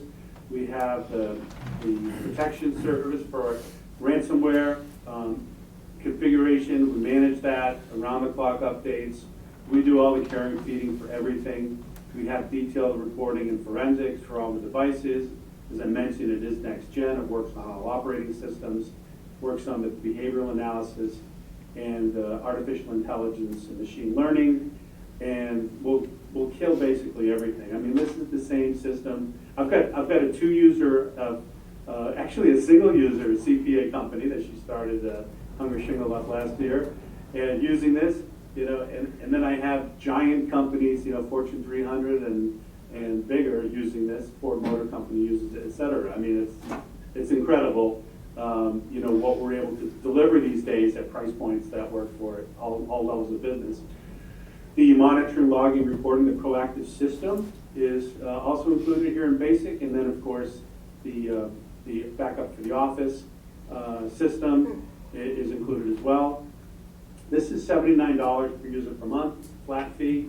That's how we bill it. So silver, $79 per user per month. Gold has the advanced services of the zero-day protection. We have what's called deep visibility, which means if we identify a potential attack vector that came in, we can then use this deep visibility to go in and threat hunt and actually look throughout the entire environment to say, oh, does it exist? It came in on, I don't know, town manager's computer. Someone had sent him something and it got opened, and is that same indicator, that MITRE event, is that happening on every device? So we're able to threat hunt the entire environment right away as soon as we see one of these indications of compromise. We also get some deeper detailed forensics, and then all the other stuff that's included. The cybersecurity awareness training is here, the phishing testing, and then the quarterly reviews begin here in gold as well for the vulnerability and penetration testing. This one again is monthly. It's $99. It's $20 more, $99 per month per user. Then the last one is the Platinum service for support and security. And this has the Ranger feature in it, including vigilance, which is the 24/7 backing up TOS. So it's human-backed AI is what we're talking about for all your security. And the other additions to this one is that we have the Overwatch SIM monitoring in this one as well. And And so this one's a little bit expensive at $139 per user per month. And this is the matrix again, so that you could see that. And that is it, gentlemen. Well, thank you very much. That was very informative, very detailed. Appreciate your time with that. Do you have any questions, sir? So with the silver, gold, and platinum, are those fixed plans? In other words, could we add, like the platinum back up to the silver plan or something like that? Okay. Yes, yes, you certainly could. You know, one of the touchstones in our company, so we have these different values, and so one of our values is called Gumby, and we actually have Gumby dolls. Remember those from when you were younger? And so we're very flexible and friendly. That's our thing. So if you want a little bit of platinum in the basic, we can do that. My Gumby Award is right here. There you go. I brought it home to hang in my office. Awesome. That's so funny. Do you have any other questions, sir? Do you do computer leasing as opposed to purchasing Yes. computers? Yes, we do. So we work with all the major manufacturers, you know, Lenovo, HP, Dell, and so on. I'm not quite sure which equipment you guys focus on. I didn't physically get there yet. Are you a Dell shop or HP or Lenovo or a mix? Or? Yeah, Dell. Dell. Okay, perfect. Yeah. I don't know. We have a that great we're married. relationship with them. Yeah, we're not really married to Dell. We Yeah, best I mean- product for the Best purpose. price, yeah. Best product for the best price. Yeah. Again, small Right. town of Business 5,000 purposes. residents. Budget's a thing. We have Yeah, our for sure. we have our FinCom guy sitting in here monitoring every word we say about budget. So, yeah, we want to make sure that we're getting the best product we can for the best price. And Yes. one of the things we looked at is leasing computers instead of just outright buying them, and seeing how that would be cost effective for the town. So, is that something That's a that great you? way to go, especially if you get a 60-month lease, because then you can rotate it, you're paying a lower cost, and then if you do the dollar buyout, because usually on a PC they won't do a fair market value, but you do the dollar buyout, and then it's just getting new every 5 years Yeah. or whatever. Hmm. Goes pretty well. Yeah, we got Good some strategy to look computers at. that were 10 years old here. At least, yeah. Yeah, They're very old, and we've been trying to proactively weed them out and get new technologies, and as you can see, we're upgrading here and, you know, trying I to got get with the excited, you got the 21st owl. I century. love the owl. Yeah, the owl's awesome. That was a COVID this gentleman's gift. idea over here, and Yeah. yeah, we like those. it works out. Yeah. It definitely helps out with, we don't have to keep on doing a lot of work, we just have our discussion and have our meeting. Mhm. You basically forget about it, so, but, do you have any questions? No, sir. Anything else? Yeah, so we have an on-premises server, so I guess the, the pros and cons of keeping it here, or, going to, maybe virtual desktops, cloud server, pros and cons, I don't know what, I mean, that's a bigger discussion, but have you helped towns do something like that? Yeah, happy to talk to you about that. So just, back up real quick, we bought our first data center in 1999 and started to deliver cloud technology back then when it really didn't exist. It was called ASP technology, Application Service Provider. And so we used to use Citrix Systems, which at that point had a partnership with Microsoft, and you buy the Citrix package that had what we call a runtime version of Windows Server built into it, and then it would build this platform, and you'd use dial-up, on the telephone, if you remember that, back in the day, but you could actually work at high speed over dial-up, and it was pretty incredible. So fast forward now, we have a couple data centers, and as well as Microsoft is environment using Azure and so on, but we've done a number of what we call IT as a utility, because we do believe it should be consumed like water and electricity and so on, pay for what you use when you need it, that type of thing.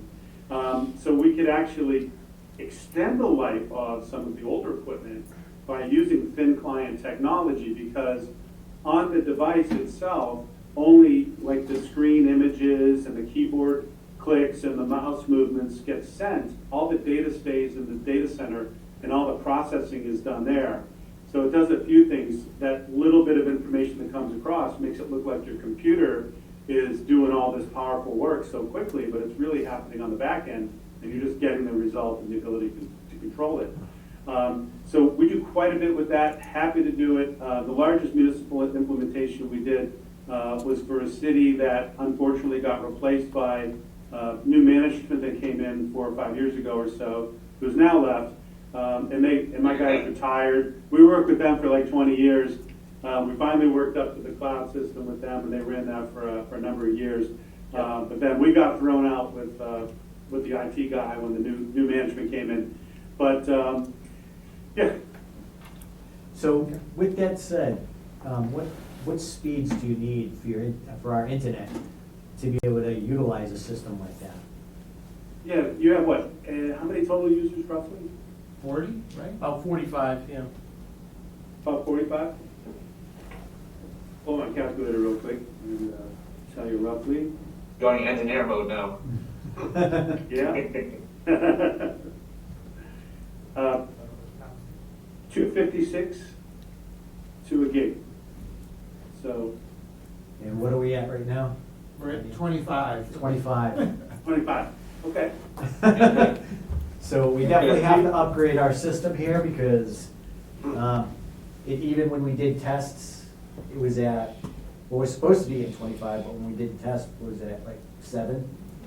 Yeah, sometimes. Oh, wow. Yeah. Wow. Yeah. We'll look at that when we do our scans and everything. Because Yeah, we're that's one of the things. real yeah, slow Mike here. said we do that. Oh, Yeah. okay. Because unfortunately, sometimes you get caught up and they bring on a new service. I don't know who you guys use in your town. Is it Comcast, Verizon, or somebody else? Comcast.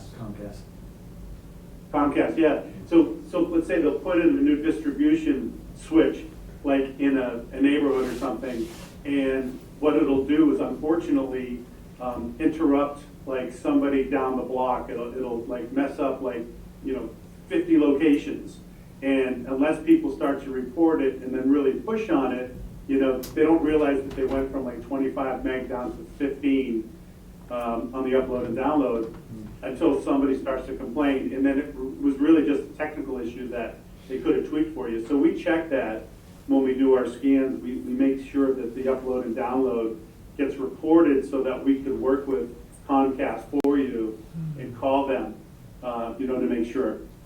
And is that So right something- now, we're at 23.9 Oh, it's for a download and 7.58 for an upload. Okay. So we just did a data test. But we do have a fiber optic cable that's coming into the building, so we're looking into that too. Oh, wow. Oh, excellent. Okay. So you go. Excellent. We're not Yeah. sure about Like, the. It comes to our front door, we don't know where we can go from that. Yeah, what is, So- yeah. We'll do a walk around. But, Yeah, we'll help you. I've been really fortunate, we have enterprise guys from the big companies that work for us that they're just great guys. So like my infrastructure guy that would work with the fiber and the cabling and the firewalls and making your system fast, out to Comcast, comes from JP Morgan, and he did their infrastructure. So he's just an amazing guy. And it's so nice. Such a nice guy too. So. yeah.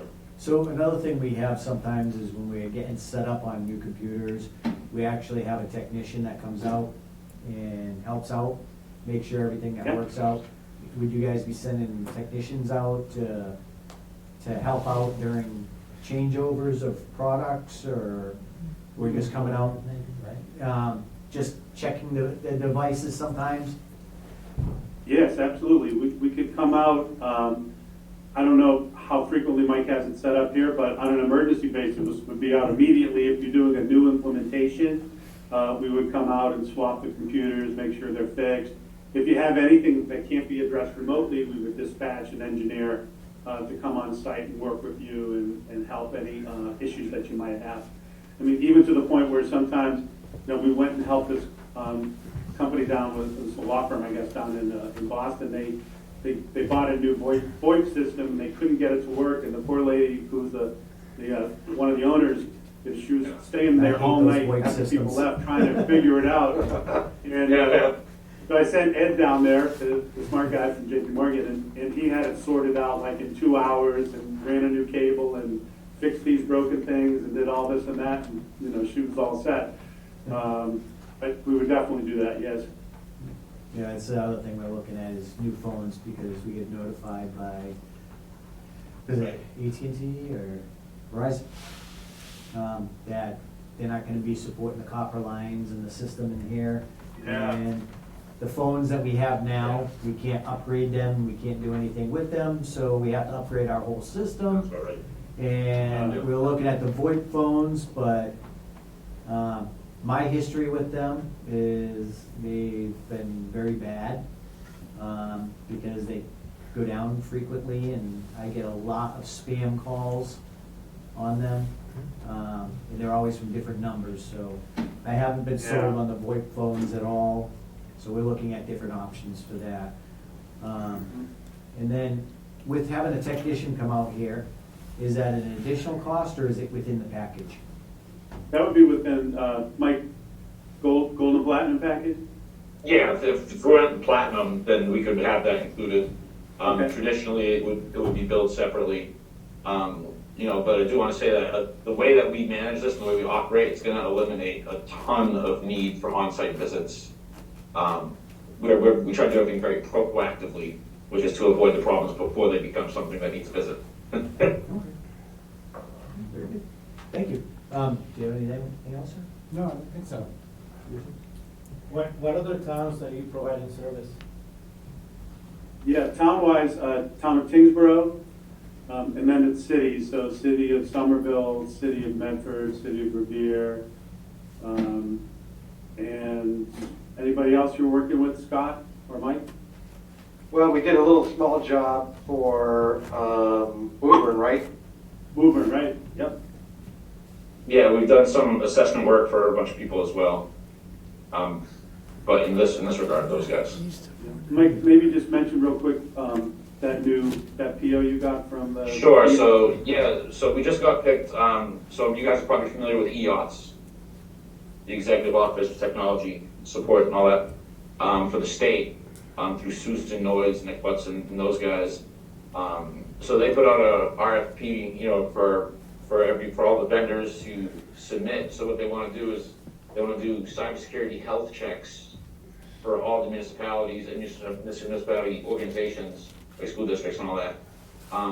So we were one of the couple vendors that they selected, so that we're now someone that they'll be telling people to reach out to do health checks and make sure their environment is safe.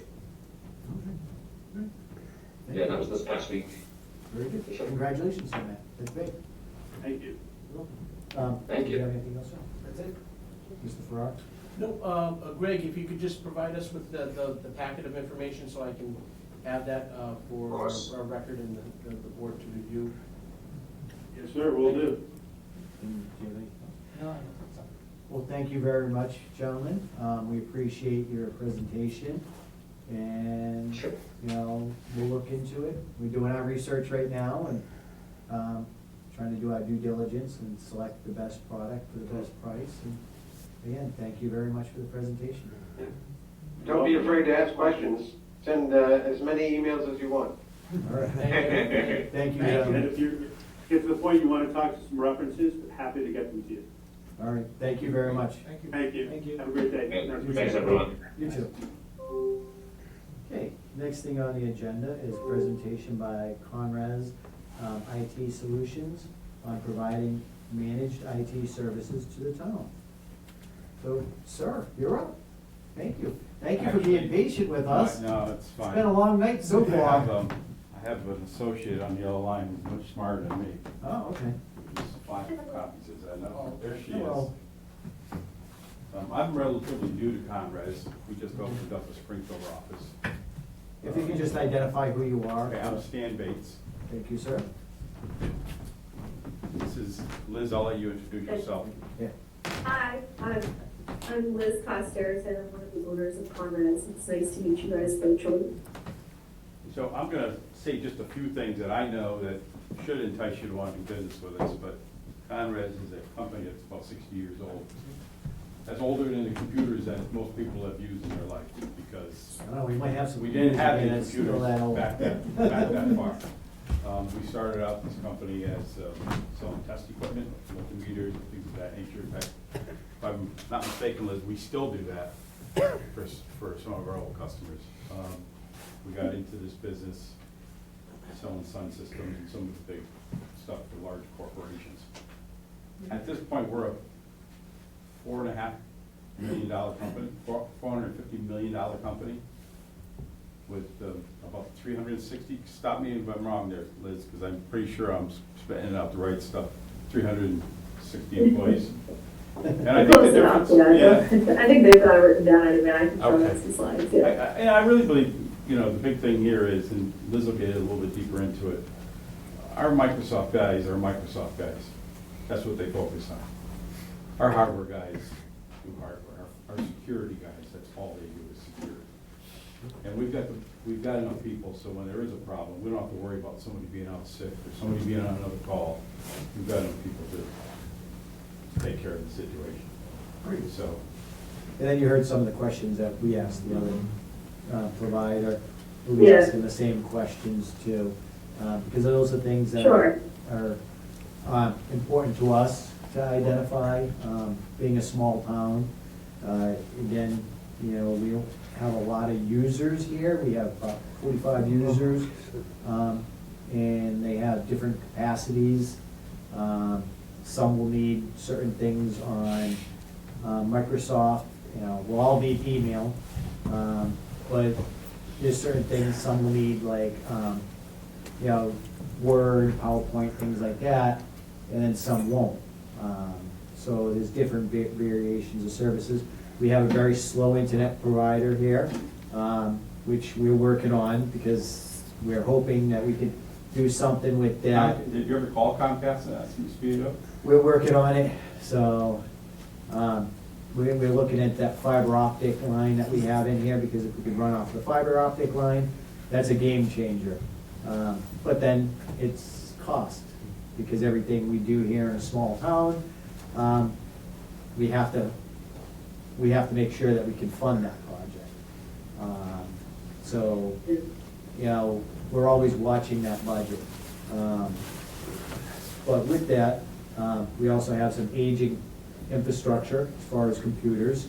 And as we talked about, we have some computers that were 10 years old at least, or older, and those are getting replaced as we go through. We currently updated our systems with, what are those, the UPSs? Yeah. For battery backup and surge protection. We didn't have that, and then we also added brand new printers that we're leasing, printer copier machines that we have. We added those, so, you know, we're trying to get with the times here. It's slow, it's a small town, but we're moving forward. And as you can see, you know, we have the owl now, and we can see you virtually, and, you know, it's a nice addition because you're like right there in front of us, and, you know, it's nice to have, because some people can't make it. And, you know, we try to offer the best service we can to all our residents, because a lot of residents, we don't have a lot of people here, but if you look at our Facebook feed, there's a lot of people that watch on Facebook, and they'll go on YouTube and watch the videos afterwards. And then also it's live, you know, it's televised via the local access network too. So, we get out there, but we wanna make sure that we still continue and better that service. And any way we can do that, while keeping it cost efficient, we're looking at it. So what do you have for us? Your name's Liz, right? All right, so, yeah, my name is Liz, yep. All I right. have run through a couple of slides too, it might, help just keep the conversation in context, but, I mean, feel free to interrupt, to ask any questions, you know, this station's for you guys. Very good.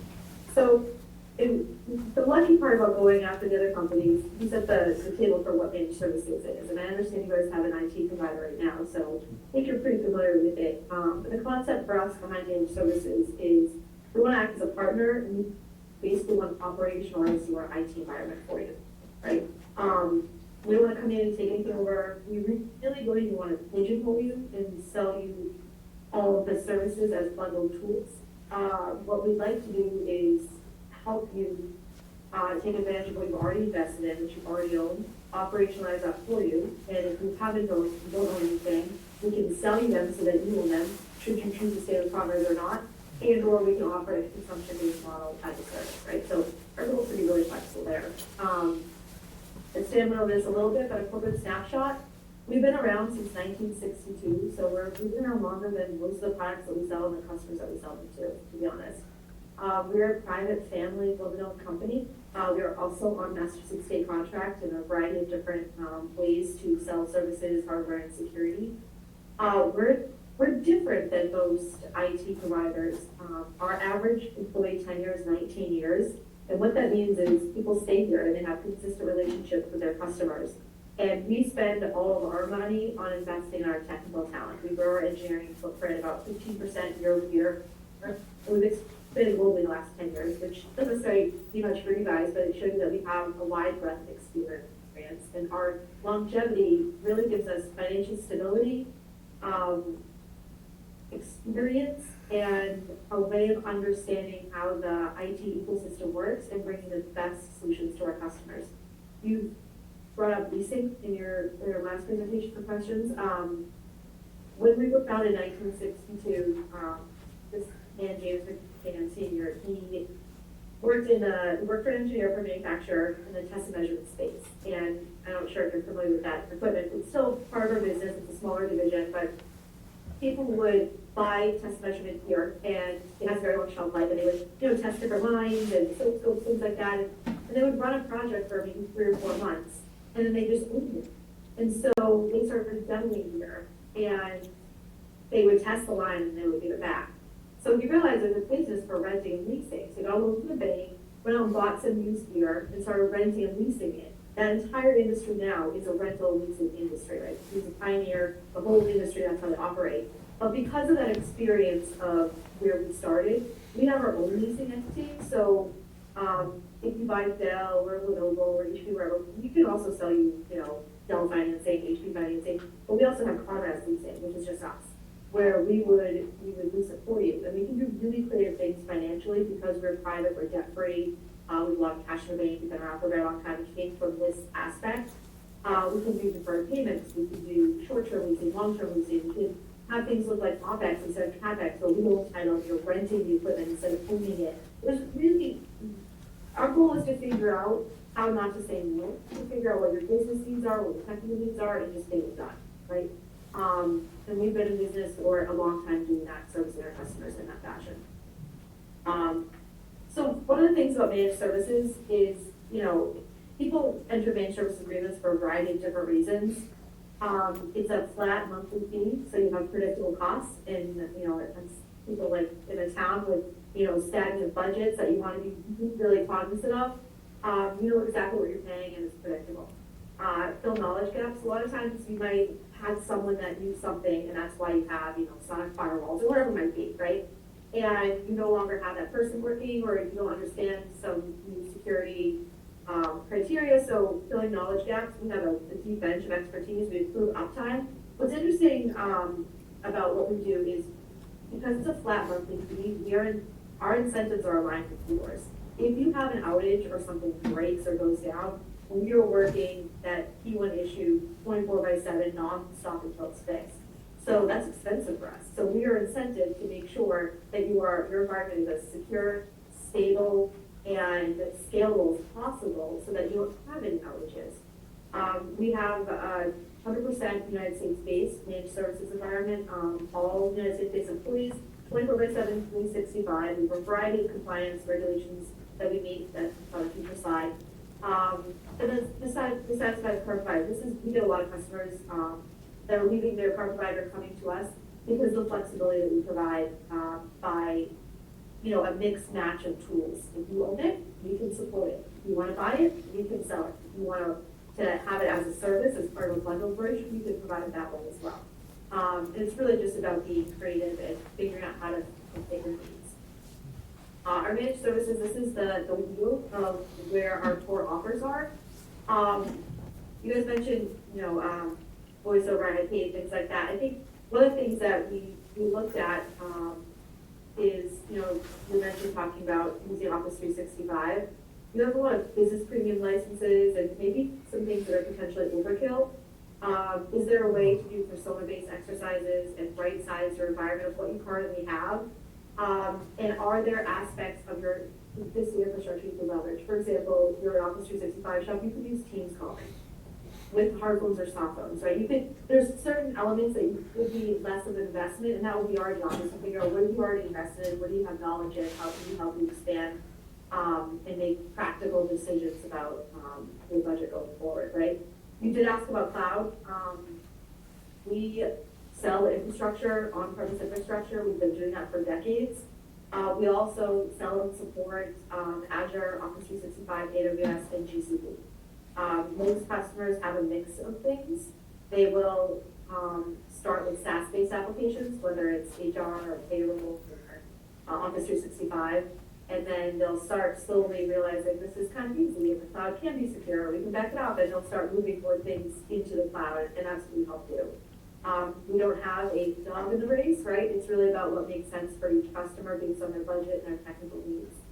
And user device management, we have a staging and configuration facility in Nashua, New Hampshire, chosen because it's a tax-free state. So if you couldn't sit there, you don't have to worry about double taxation or anything like that. But we like to make things as the least disruptive as possible to your environment.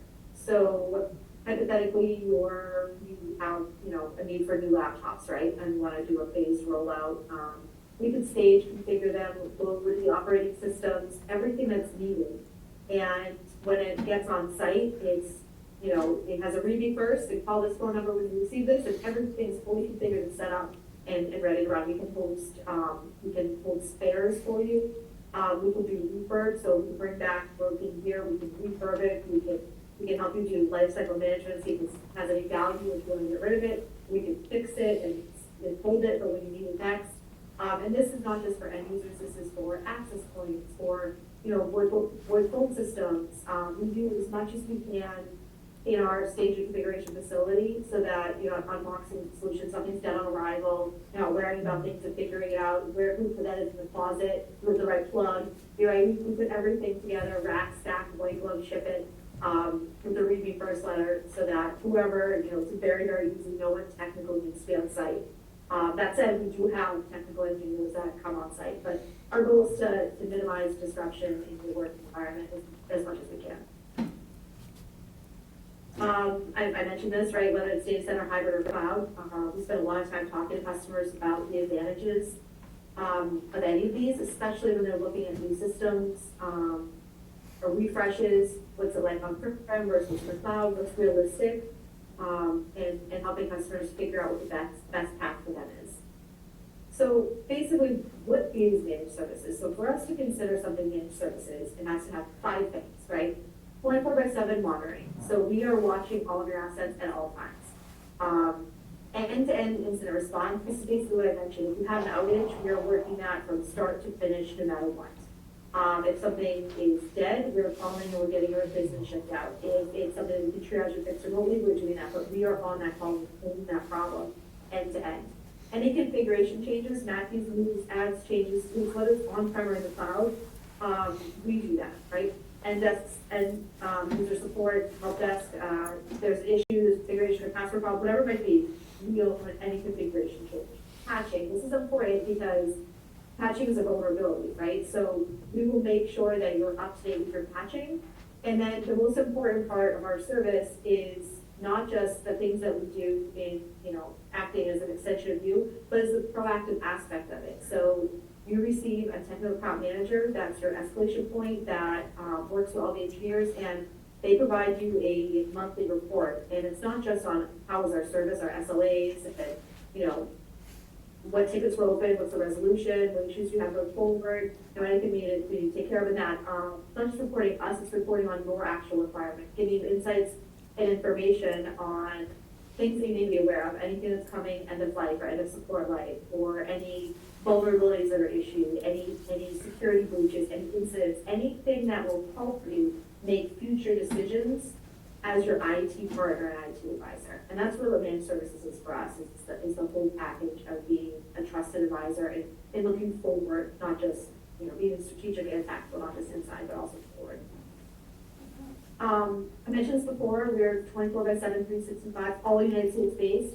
We have 35 engineers in managed services. We have 100 technical people at Conres. We have a professional services department that's project oriented. They do design, implementation, migrations. Hypothetically, you want a new voice system, you're talking to our professional services engineers about how to design and what that looks like. Our managed services department has about 35 engineers. They're level 1, 2, and 3. And they have a variety of different subject matter expertise, and they're very, very good at their jobs. They're all hands-on technical engineers that have had decades of experience.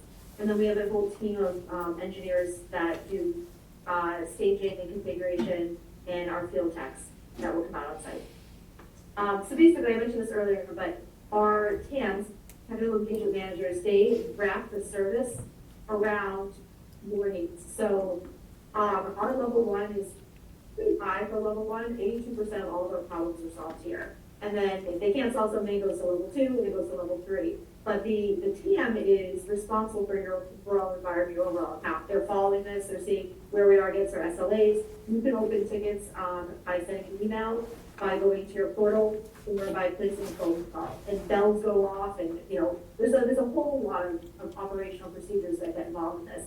And the TAM is the one that's responsible for making sure you guys are satisfied and we're delivering on the requirements that we set forth to deliver.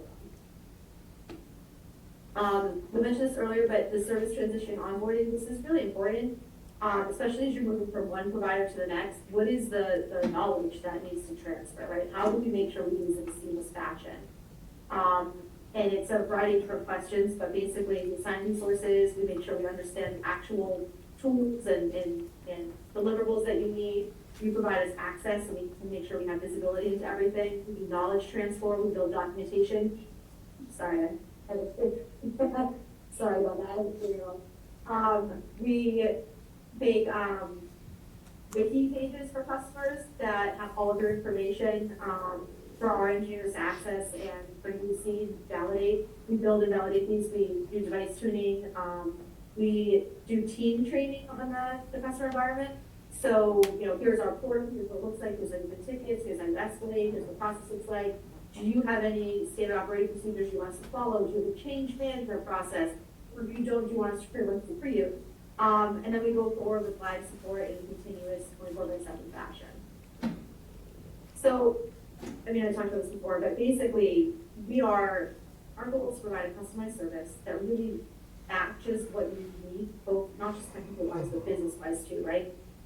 Dedicated team, portals that give you information that you can collect visibility on right away, that you can make actual decisions on, and then operate in state continuous improvement with feedback loop using the TAM and those complicated meetings to ensure we're hitting all of our SLAs.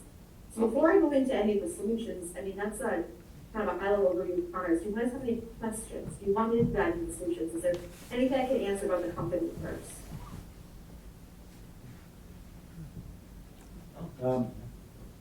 Training.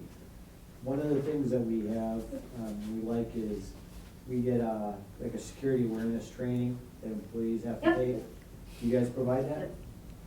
We do, yep. Okay. We provide that ourselves. We also work with a third party if you wanted to do any phishing attempts, right? So we would, hypothetically email out a Pizza Hut coupon and see who clicks on it, and they have to go to an extra training. And, there's a variety of different things. Oh, you guys are social devious. engineering.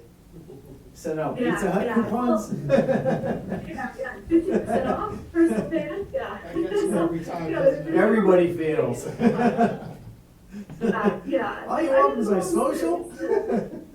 Yeah. The goal is to do it in an educating way, right? But also so that you can prove that you're doing certain things for your compliance regulations and standards. Yeah. Okay, very good. Thank you. So. Yeah, no problem. And- So I can just zoom through these. I know you guys are somewhat technical, but there's a lot of bullets on these, so we can go high level.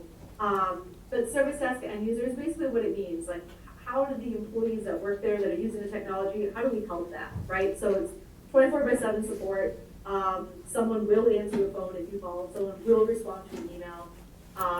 It's user provisioning, account management, password resets, antivirus support. I mean, whatever it might be, I can't log on, or I'm having this issue. Or, there's a variety of different things that end users experience. But basically, in theory, this would take the place of an internal IT department, right? For customers, where instead of having their own IT department, they have us, right? And we help triage that, make them have a good experience. Storage, service, and virtualization, proactive monitoring, troubleshooting, remediation, capacity management, right? So you have on-premise infrastructure. It might be really old. What's the capacity? Is it, do you think about an upgrade, or a disk's failing, or what's the memory at? Things like that. Just making sure that we're proactively not just supporting what you currently have, but guiding you on where you're at and what decisions you should make. How old is our server? Networking, same thing. Sorry? How old is our server? About 6 years old? 6, 7 5. years old. Is it? Yeah.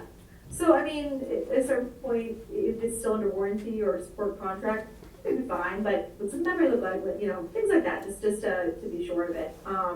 Networking, this is something that you talked about with your current internet connection, right? Following it end to end, where are the issues, or can we follow some packets and see if things are dropping, why does it not have the right bandwidth? What can we do, monthly availability, capacity reporting? It's basically what you guys were talking about earlier when we just started our call. Making sure that the network is the backbone of the infrastructure. If you don't have a network, you can't do anything, right? I don't know if you're offering town-wide Wi-Fi services, or maybe in the library, or certain departments, certain areas, right? What does that look like? What's the user experience for that? But making sure networking is not an issue, because it's the backbone that supports the entire environment. Messaging. So this is one thing that we've talked about with Office 365 you guys currently own. Could we right-size you better to save money there? Could you utilize features that are part of your business premium license that you're not using right now, like Teams calling, or move to a cloud-based calling that's already inherent in there? I see you guys are on Zoom.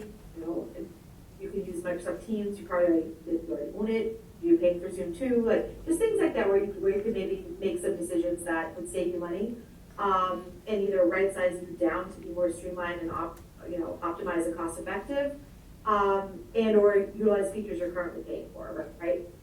We sell Office 365. We sell it as part of managed services. Most of our customers buy their own Office 365 through us as a CSP. We take first call, we escalate to Microsoft, but the goal is that you own it. We don't own it, right? And that's maybe a difference between us and the previous people that spoke. Our preference is that you own as many of your own infrastructure and tools as you want. Should you want to walk away from Conres, you don't have to re-spend all of that, right? You've already made an investment in infrastructure and solutions, you might as well use those. And managed backup services, so this came up as well. Making sure that you're protected. Backups are now the crown jewel of any town or company, because hackers are getting really sophisticated. Should they get access, you will live and die from your backup, right? So it's not just backing up information, it's testing and validating that the backups are actually working, having a backup schedule, having a test schedule, making sure that we can prove it's happening. Those environments are patched as well, whether you're backing up to a cloud environment or you're backing up on-prem somewhere else, making sure that it's a really healthy way of operating. And then security compliance, this came up earlier, but we follow all the security and compliance regulations that our customers need. Do you process credit cards for sewer or water bills or whatever it might be, right? How are you PCI compliant? What are your specific requirements, and we will adhere to those. I understand maybe some of these don't apply, if things like that, but GDP for the EU, probably not, but it should show you how strongly we take security, how much effort we put into it, and it's a really important cornerstone of our company. So that's what I had for slides today. Can I answer any of your questions?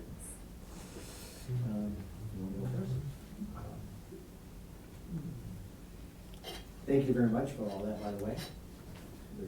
Okay, so the other two providers that we've talked to have these packages, so I guess how do we know what services you would provide, or how they would be maybe grouped together?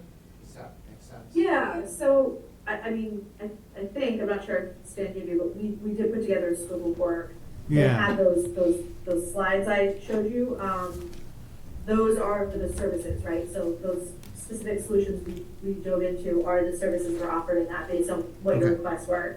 I mean, we have like, cloud management and unified communications and contact center, things like that we do that weren't included in here.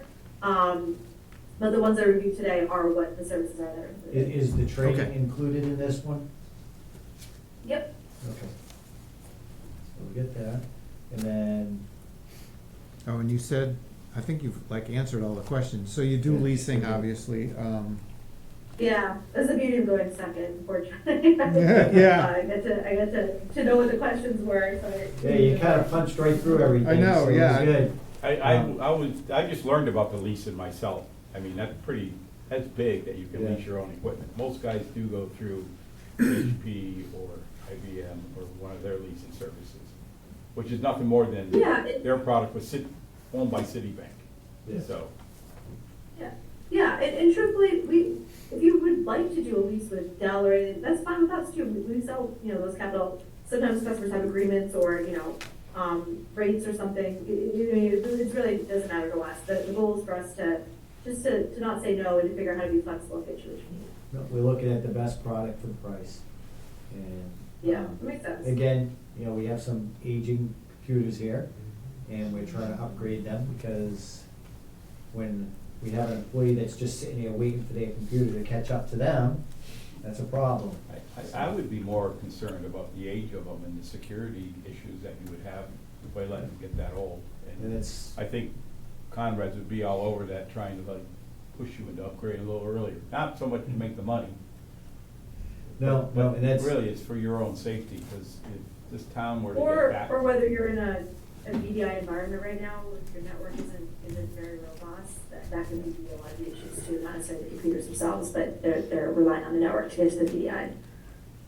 So right now, we have a server on site that we have, but if that thing went down, we'd be in some bad shape right now. Mhm. Because that's what we're Yeah. relying heavily on. So we have that.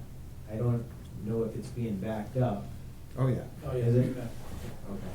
Do you guys test your backups to make sure that they work? Has anybody done that for you? See, Northeast IT's. we would rely on the IT provider to do that, so. I Yeah. mean, none of us here Yeah. are gonna be. As you able- should. Yeah. Yeah, But do- I'm not a technician. I can barely get onto, Facebook and email and stuff. I do that stuff, but, when it comes to some of this other stuff, these guys are more the experts on it. And, we rely heavily on the subject matter experts, which are you guys.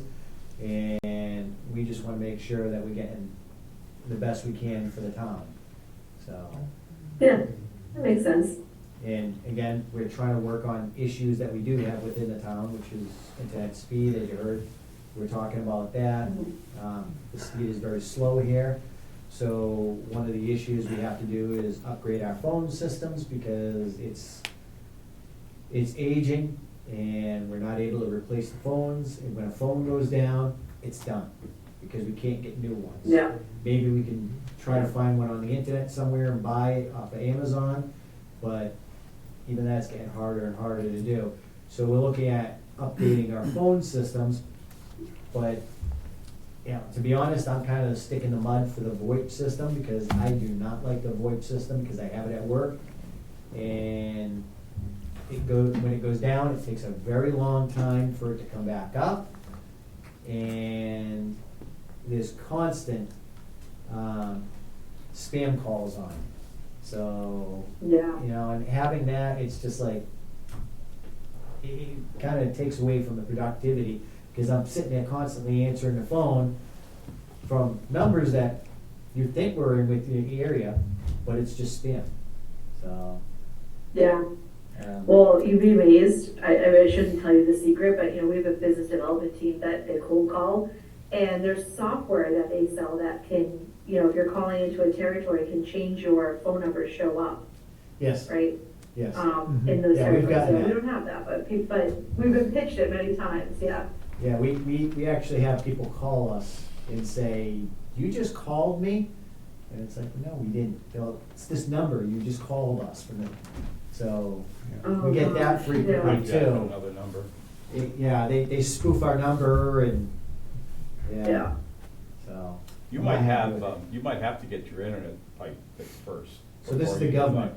budge. No, I'm not talking, but No, this Yeah, is, here. I work for the government, so that's the system that we're working with. But yeah, I'm here, talking we're, about here. yeah, we Yeah. definitely You have might to, have to Yeah. get the internet before you can change up Yeah. into a different phone system, yeah. because it's all going over, and that's gonna be a challenge for you right there. Well, one of the things, we're looking at phones that back up to the cell network. Which are really cool. So, The AT&T phones, right? Verizon. Verizon phones? yeah. So that was actually neat. So they go well, they do Wi-Fi or Well, cell or cell Ethernet, Yeah. hardwired. So. That's like a much better version of the VoIP phone. Because even if you lose your internet, you still got cellular service. Right? Hmm. All right. Do you have anything else? I don't think so. She's actually very good. Yeah. You did a good job. Thank you. Thanks, guys. I appreciate it, yeah. Yeah. Thanks for welcoming us into your town today. What other towns do you serve? Town of Bedford, A variety, yeah, town of town of Bedford, we also do, a lot of towns will do, the fire department, North Andover Fire Department, Andover Police, right, so they don't necessarily make town-wide decisions. We have a lot of cities too, and states and school systems, as well. We can get you a list and some references to talk to as well, in addition to that. yeah, we're doing like Westfield State, they're a big client of ours. Yeah, UMass, Yeah, Westfield. UMass is big. Harvard, yeah, I mean, a lot of schools, but also towns, I mean, Acton, Lexington, Bedford, and then departments within towns, like I mentioned too.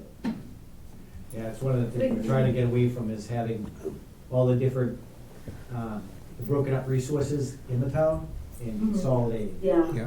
So it seems like we can keep better track of everything going on and manage the money and manage the services instead of having different contracts with different providers smart. throughout the town, so.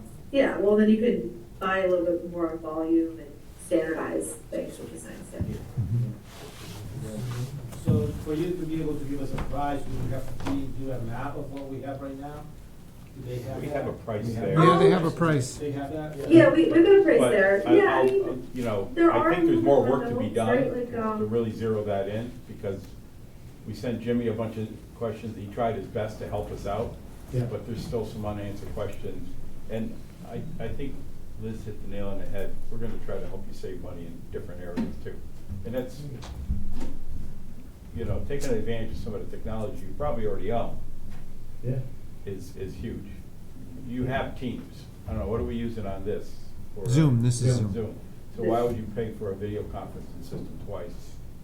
I think it was more convenient because that's what we started with. Yeah. And we just kind of stuck with it. Yeah. But Yeah.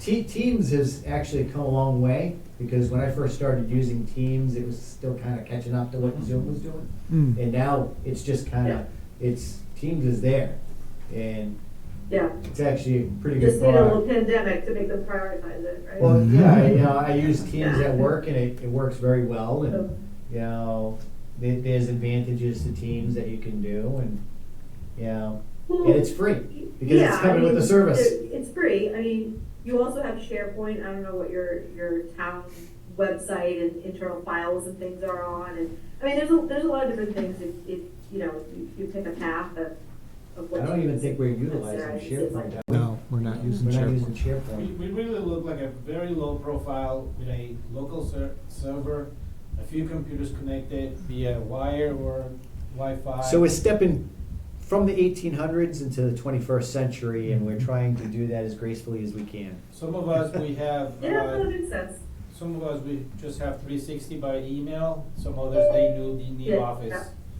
So it's very, Yeah. very simple, if you look at the first layer, it's very basic. So in terms of improvements, do you have would we get together yearly or something and just have Go a ahead, count Liz, I'll let review? you do that. Monthly. Oh, Yeah, monthly? Really?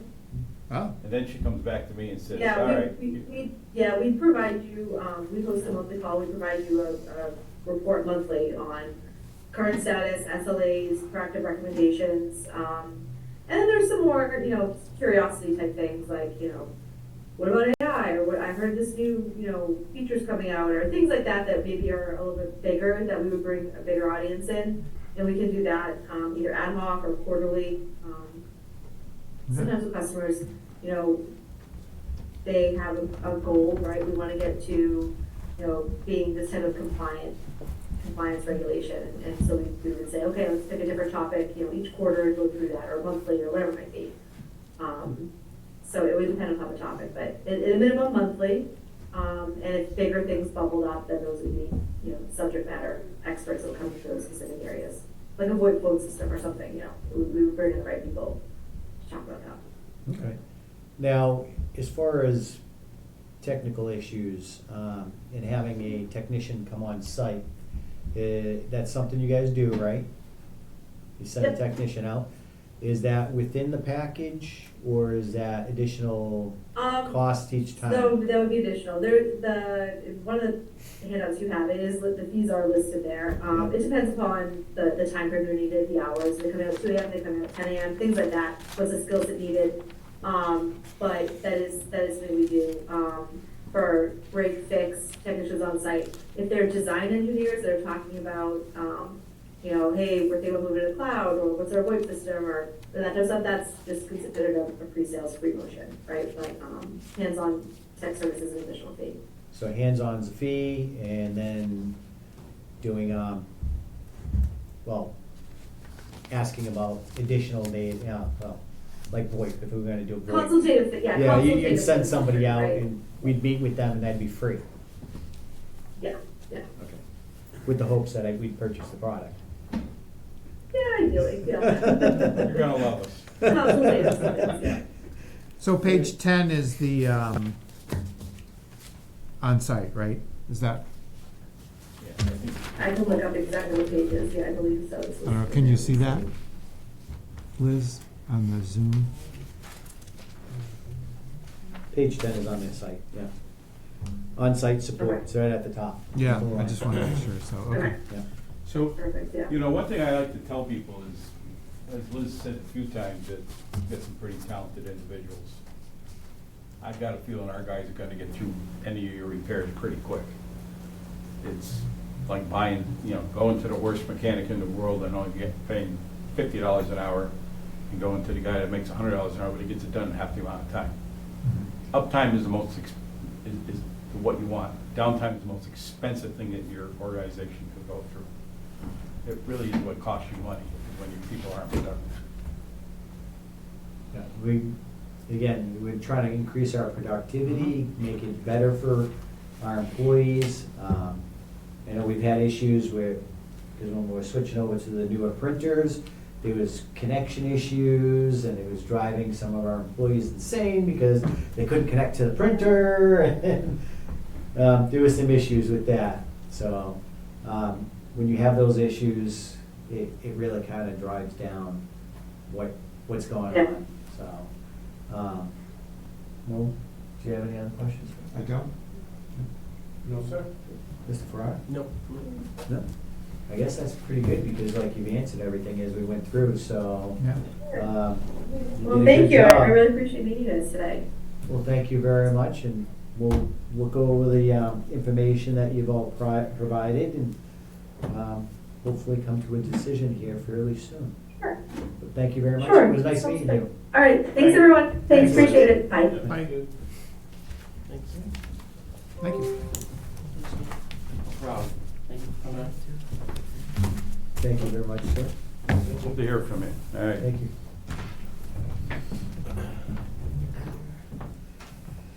All right, next thing on the agenda is discussion and possible vote on amending an employment agreement between the town and Adam S. Lavoy, anticipated vote. So we've already met in executive session on this matter, and do you guys have any questions? No. No questions, sir. Okay. Is the, it's all ready to sign? Yep, Okay. it's in the folder. She handed it to you, number 4, right? Yep. Oh, this one here? When did you do that? Like before the start of the meeting. No. So.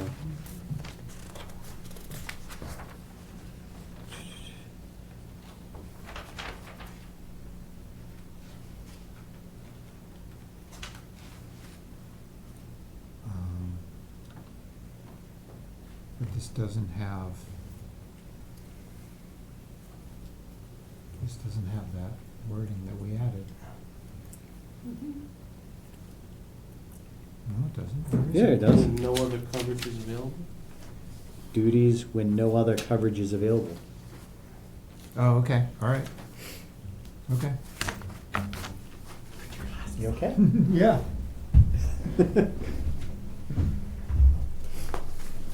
For some reason, it looked like that. Okay.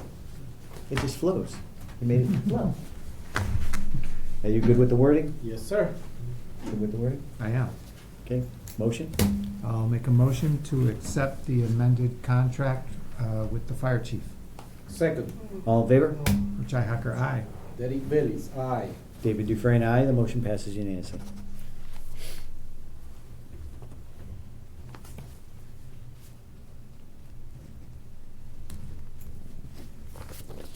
Here you go, sir. Okay. Next thing, discussion on items for the Board of Selectmen to consider for capital planning. Table due to missing numbers. We're still waiting on some estimates, Mr. Chairman. We All should right. have them relatively soon. All right, so we'll do next meeting. It's good because tonight's a little long already. All right, next thing, discussion on having all open meetings in the Selectmen's meeting room or in the finance room, in the Selectmen's meeting room, if the Selectmen's meeting room is booked. Anticipated vote. One of the issues we're having is accessibility for meetings and being able to record the meetings, and it's more practical for town departments to have their meeting in the meeting room. That's what it's here for. It's available to everybody, and it gives accessibility. It's handicapped accessible for people to be able to attend the meetings, and if somebody just wants to come in and sit down, they can.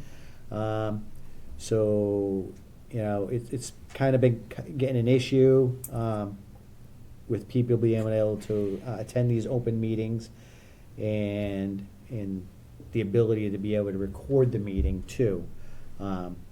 It takes a lot for Travis and, you know, the staff up there for WCAT 12 to move a physical camera down into the office to record a meeting if it's going to be done. But this gives the ability to do it remotely if they're going to record a meeting or televise it, which is ultimately the goal of transparency for the whole town. So this has come up a few times now. So I'm all in favor for it. I think all the meetings should be held in a formal setting in the meeting room or up in the finance office where they can be recorded, or the accessibility is better for people. So what are your thoughts?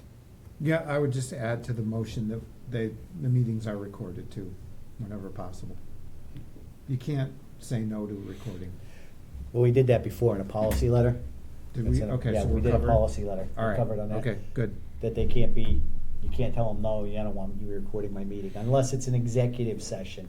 Executive session is different because it falls under a different category, because there's certain things that can't be put out there in the public, so. Does the policy specify it has to be video recorded? No, it doesn't say it has to, but if it's requested, they can, or if, you know, Well, what I'm- WCAT 6 wants to come down here and do it, they can do it. What I'm saying is. They might not have the availability, because again, it's only a few of them. Yeah. And to record every meeting going on in the town, I don't know if they're able to do that. No, regarding them, the ability to them, but if somebody, another board has a meeting and they don't have access to a computer on the old, they can turn on voice recording on their phone and record it. Yeah. As long as it's, you know, publicly disclosed that somebody's doing that. Exactly, Yeah. yeah. That they're recording. And again, the owl's in there. It's available for anybody to do. All you need to do is have a laptop available, and I do believe we have Do you have spares? a spare laptop Yep. that can be utilized if it needs to be. Mhm. So if somebody wants to go on, and actually they kept on talking about Teams. I think Teams is a very good option. Because Just make sure we can record, because that's what we run you with can all the record other Teams ones. too. No, yeah, but we have to pay extra for those. So just make sure, We'll have to look into that. yeah. Yeah.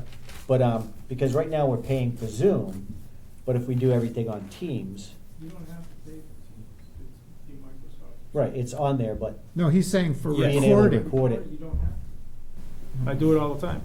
Yeah. I don't pay any additional. But it's recording on your local drive, right? No, when I have my meetings in my office, it's all live. Yeah, but Yeah, are it's you all- recording your meeting? Yes, But where's it recording to? it's recording to the server. And can you post a link back to those or Yep. download them? Okay. Because that's what we do with Zoom. Yeah. Yep, you can download it and save it wherever you want. Okay. All right.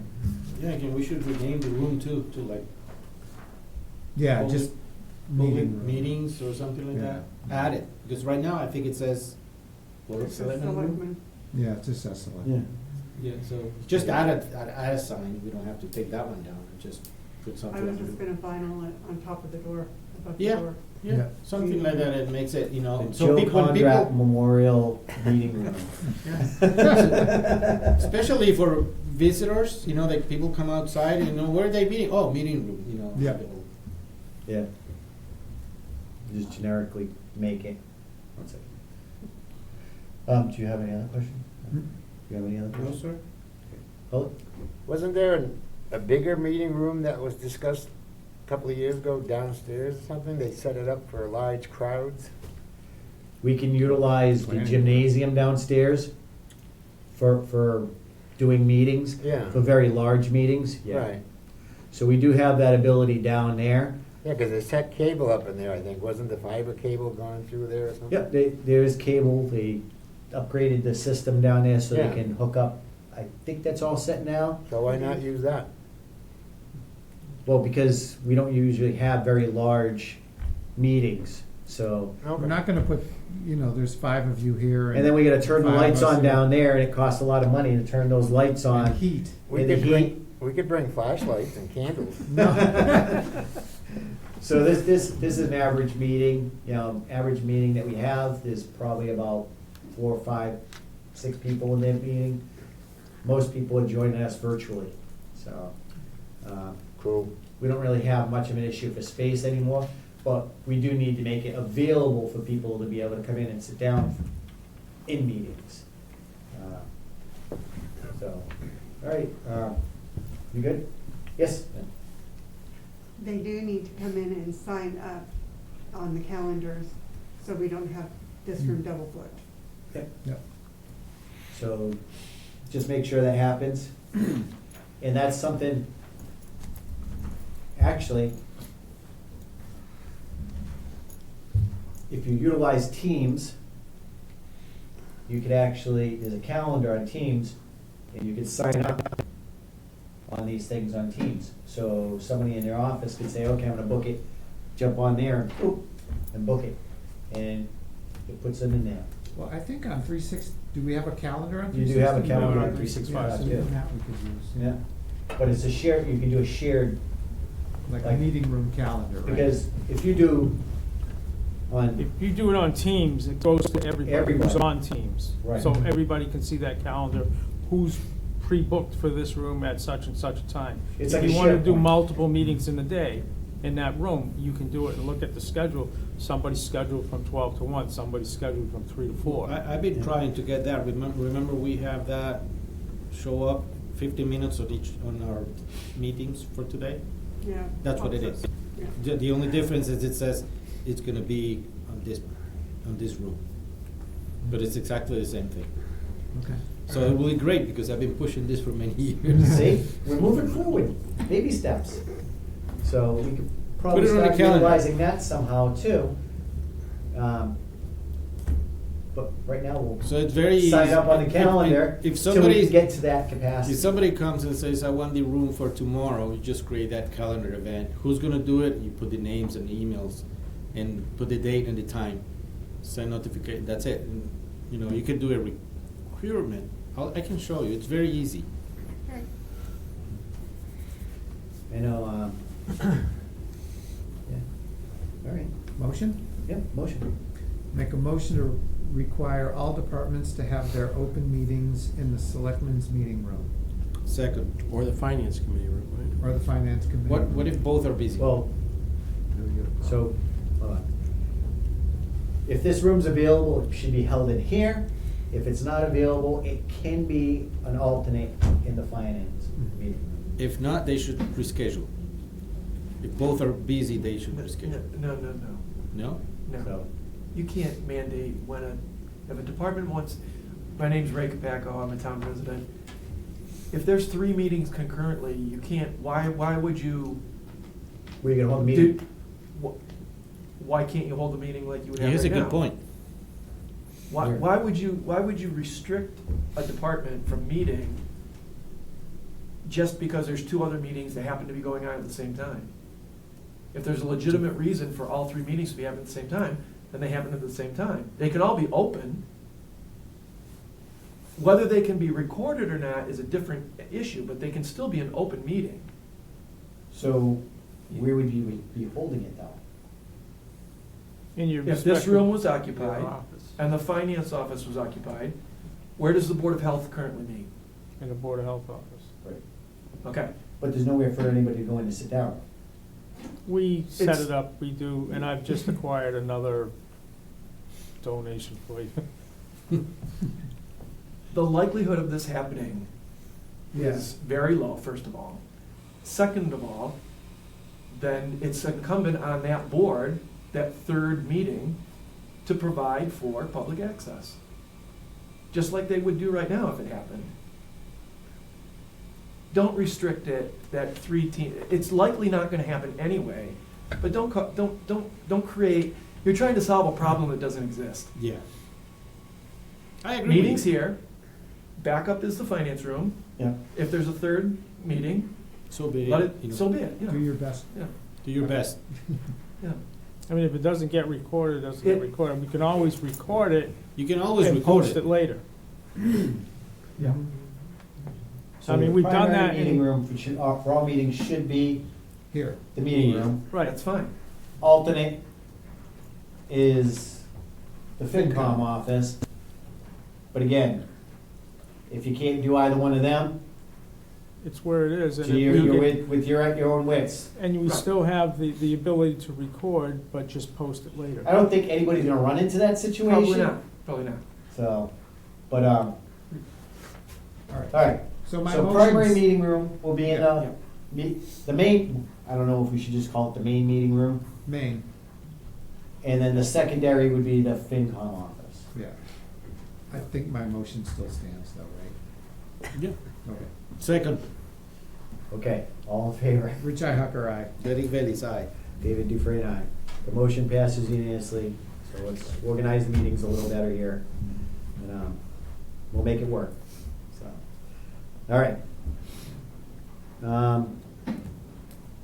Next thing, discussion on approval of the fiscal year 2025 Board of Selectmen budget, anticipated vote. Tabled until decision on IT management services, so. I'll say that there's one figure on there that isn't correct. The copier leasing figure Okay. should be 13,500, and it's on there, is that right? It's 1,400? Yeah, it should be 13,500. Okay. Are you sure about that? Mm-hmm. I have it right here. All right. but what are we actually getting billed for? What? That's the same That's the price. same? Yeah. It's the same price every month. They haven't never changed it. Okay. Well, it's a 3-year lease. Right. So we're gonna have to renegotiate that. When's that lease up? Next year? One more year. Yeah, more one year. more year, yeah. Geez, that went quick. But it's so nice because all I have to do is email them and say, I need toner. Bam, I have it. Mm. Well, nobody's having battles over the machine in there that used to eat up all the pages and stuff. It's like I used to go in there and there'd be piles of stuff that people were working on and it just was not feeding right. Yeah. Jamming? Yeah, yeah. All right. So we could table that and then warrants and bills, anticipated vote. All right, I'll make a motion to pay the following warrants. Number 55 payroll, $54,202.56. Number 56 vendor, $33,886.89. Second. All in favor? Richi Hacker, aye. Derek Bellis, aye. David Dufresne, aye. The motion passes unanimously. Bills? Make a motion to pay the following bills. Weston and Sampson, $6,702. Myrick O'Connell, $1,772.22. Comcast, $143.35. Buffon Cleaning, $1,250. Van Pool, $3,638.25. Second. All in favor? Richi Hacker, aye. Derek Bellis, aye. David Dufresne, aye. The motion passes unanimously. Okay, minutes. Review and possible acceptance of any minutes. Anticipated vote. We don't have anything from the 14th? I do not have the 14th because I've been working on the annual report. Yeah, remember? All right. Motion to accept the February 29th, 2024 minutes. Second. All in favor? Richi Hacker, aye. Derek Bellis, aye. David Dufresne, aye. The motion passes unanimously. Town Administrator report. Thank you, Mr. Chairman, members of the board. I have a couple things I'd like to report to the board this evening from this week that had transpired. We had a department heads meeting on Wednesday, the 20th. We went over several different topics within the meeting. We talked about articles that are going to be due, any potential articles that have not been submitted yet in coordination with their FY25 budgets. We're asking them that they be back by no later than April 2nd by noon, so that the FinCom and the Board of Selectmen have enough time for review and comments on those. We also this week had a FinCom meeting and a capital planning meeting. Tuesday night was FinCom, Wednesday night was capital planning. FinCom is wrapping up their review of the FY25 budget. I believe they're going to be having one more meeting next week to go over any final budgets and to ask any final questions. I'm anticipating that they're going to be making their recommendation very soon and bring it to the Board of Selectmen. The Capital Planning Committee met last night. Our capital planning requests have all been compiled. We're currently coming up with an evaluation criteria. We've gotten several different requests from various departments, ranging from a project that may be a $30,000 project all the way up to an $850,000 project. And so there's various requests. The committee has been going over criteria as to how to evaluate and prioritize these projects to make it fair across the board and equitable. Some of the things that they were looking at was funding capabilities, impact to the residents as a whole, possibility for, if we have to, focus in and resolve a mandate from the state or federal government, local mandates in legal ramifications if we don't address issues. Another aspect they were looking at, does the project promote any economic development? So, if we were talking about installing new sidewalks in the downtown area, or making a significant capital investment in the town common, or trying to repave roads or build new roads that could potentially open up the door for more housing in town. Those aspects promote capital improvements, and also could have a spin-off effect on economic development. So those would be rated accordingly. This week I did also have a follow-up call from our Verizon One Talk people, and they've given us some preliminary, very, very preliminary numbers. They are coming in to make a presentation to the board. They're tentatively scheduled for our April 4th meeting, in which they would like to touch base with the town, see how all of the demo units have been working. The demo units have been moving around to all of the various departments. I believe the police department has a unit now. Within this building, the demo unit has been moving around. It will make its way down to the senior center and the wastewater treatment facility as well. Highway garage. We've identified that there's approximately 42 units, desktop units. I went around all this week to all of the buildings, looked at everybody's desktop unit, when we've identified that there's about 42. Now there's some departments that have an actual desktop. Other departments have a cordless phone that's connected to the copper line. Those departments do like cordless phones, in particular the highway department, and they do like that capability. The One Talk does have a cordless phone option. Headset. What's that? Yeah, have a headset. they have that, or they have an actual handheld cordless phone option as well. So they do offer that as well. As compared to like a full colored big screen desktop, those phones, are a little bit more money than say a cordless phone. In this particular package, you can mix and match. So we wouldn't need all of the the big screen, colored screen phones. There's some departments that would only require a very simple, modest phone, that whether it be cordless or just a regular desktop. Right now, as I said last, our initial analysis, we're paying anywhere between $850 to $900 a month for all the phones in town. And roughly right now, if you were to go on the One Talk, basing it upon a 42 number range of desktops, you're looking anywhere between $1,000 to $1,050 a month.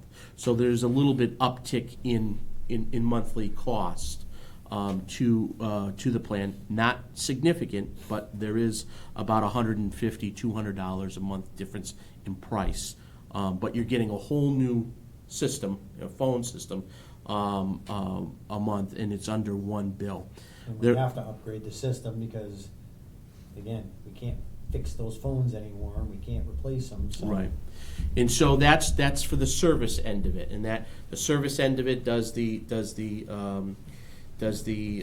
caller ID, the digital mailbox. You can have unlimited mailboxes. You can have all the extensions, and you don't have to. You eliminate from dialing a different number from the police and the highway and the fire.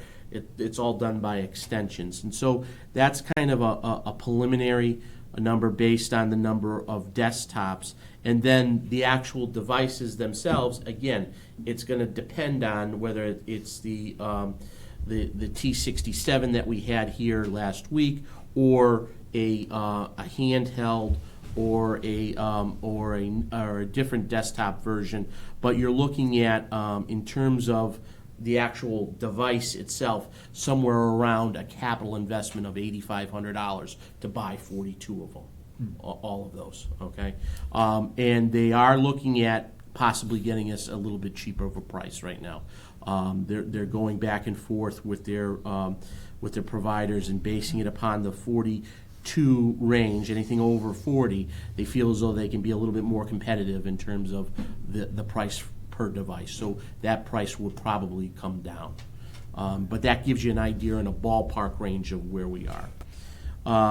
Also this week, the questionnaires for our ADA accessibility plan are due tomorrow.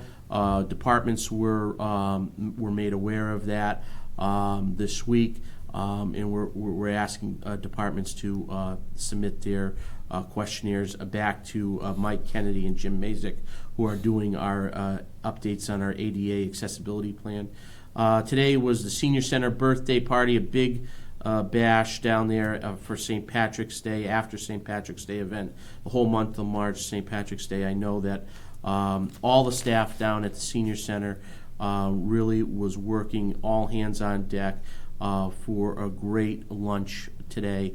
Corned beef and cabbage was put out, and everybody was, from what I heard, was raving about it.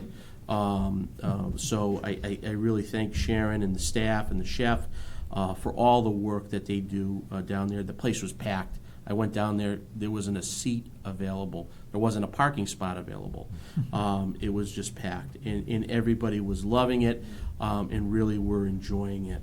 So congratulations to all the staff down at the Senior Center. Assessor's clerk position, I've been working with the Board of Assessors to review our current applications. We've gotten several applications so far for the assessor's clerk position. I know that Chair Bruce Martin was in last week. We also had board member Karen Kelly-Garay this week looking at some of the applications and resumes that have come back. We're hoping that we can set up a meeting relatively soon to narrow those down and to select some individuals to interview. I do have some unfortunate news. Our wastewater treatment plant operator mechanic resigned on Tuesday. So our newly minted person that started on Monday resigned on Tuesday. So is it 1 day? 1 day, yes. So The job isn't that bad, is it? Well, So, you know, I did have a conversation with the gentleman. He just thought the job was something different. It wasn't because of,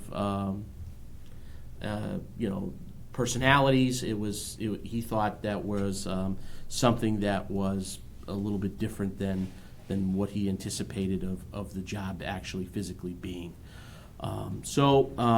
Unfortunately, we are. He's worked in it before?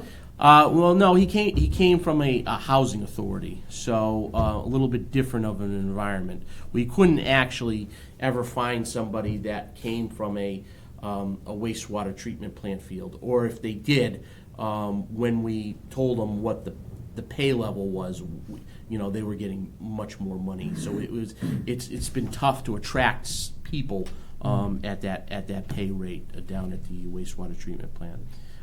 But I am working with the sewer commissioners.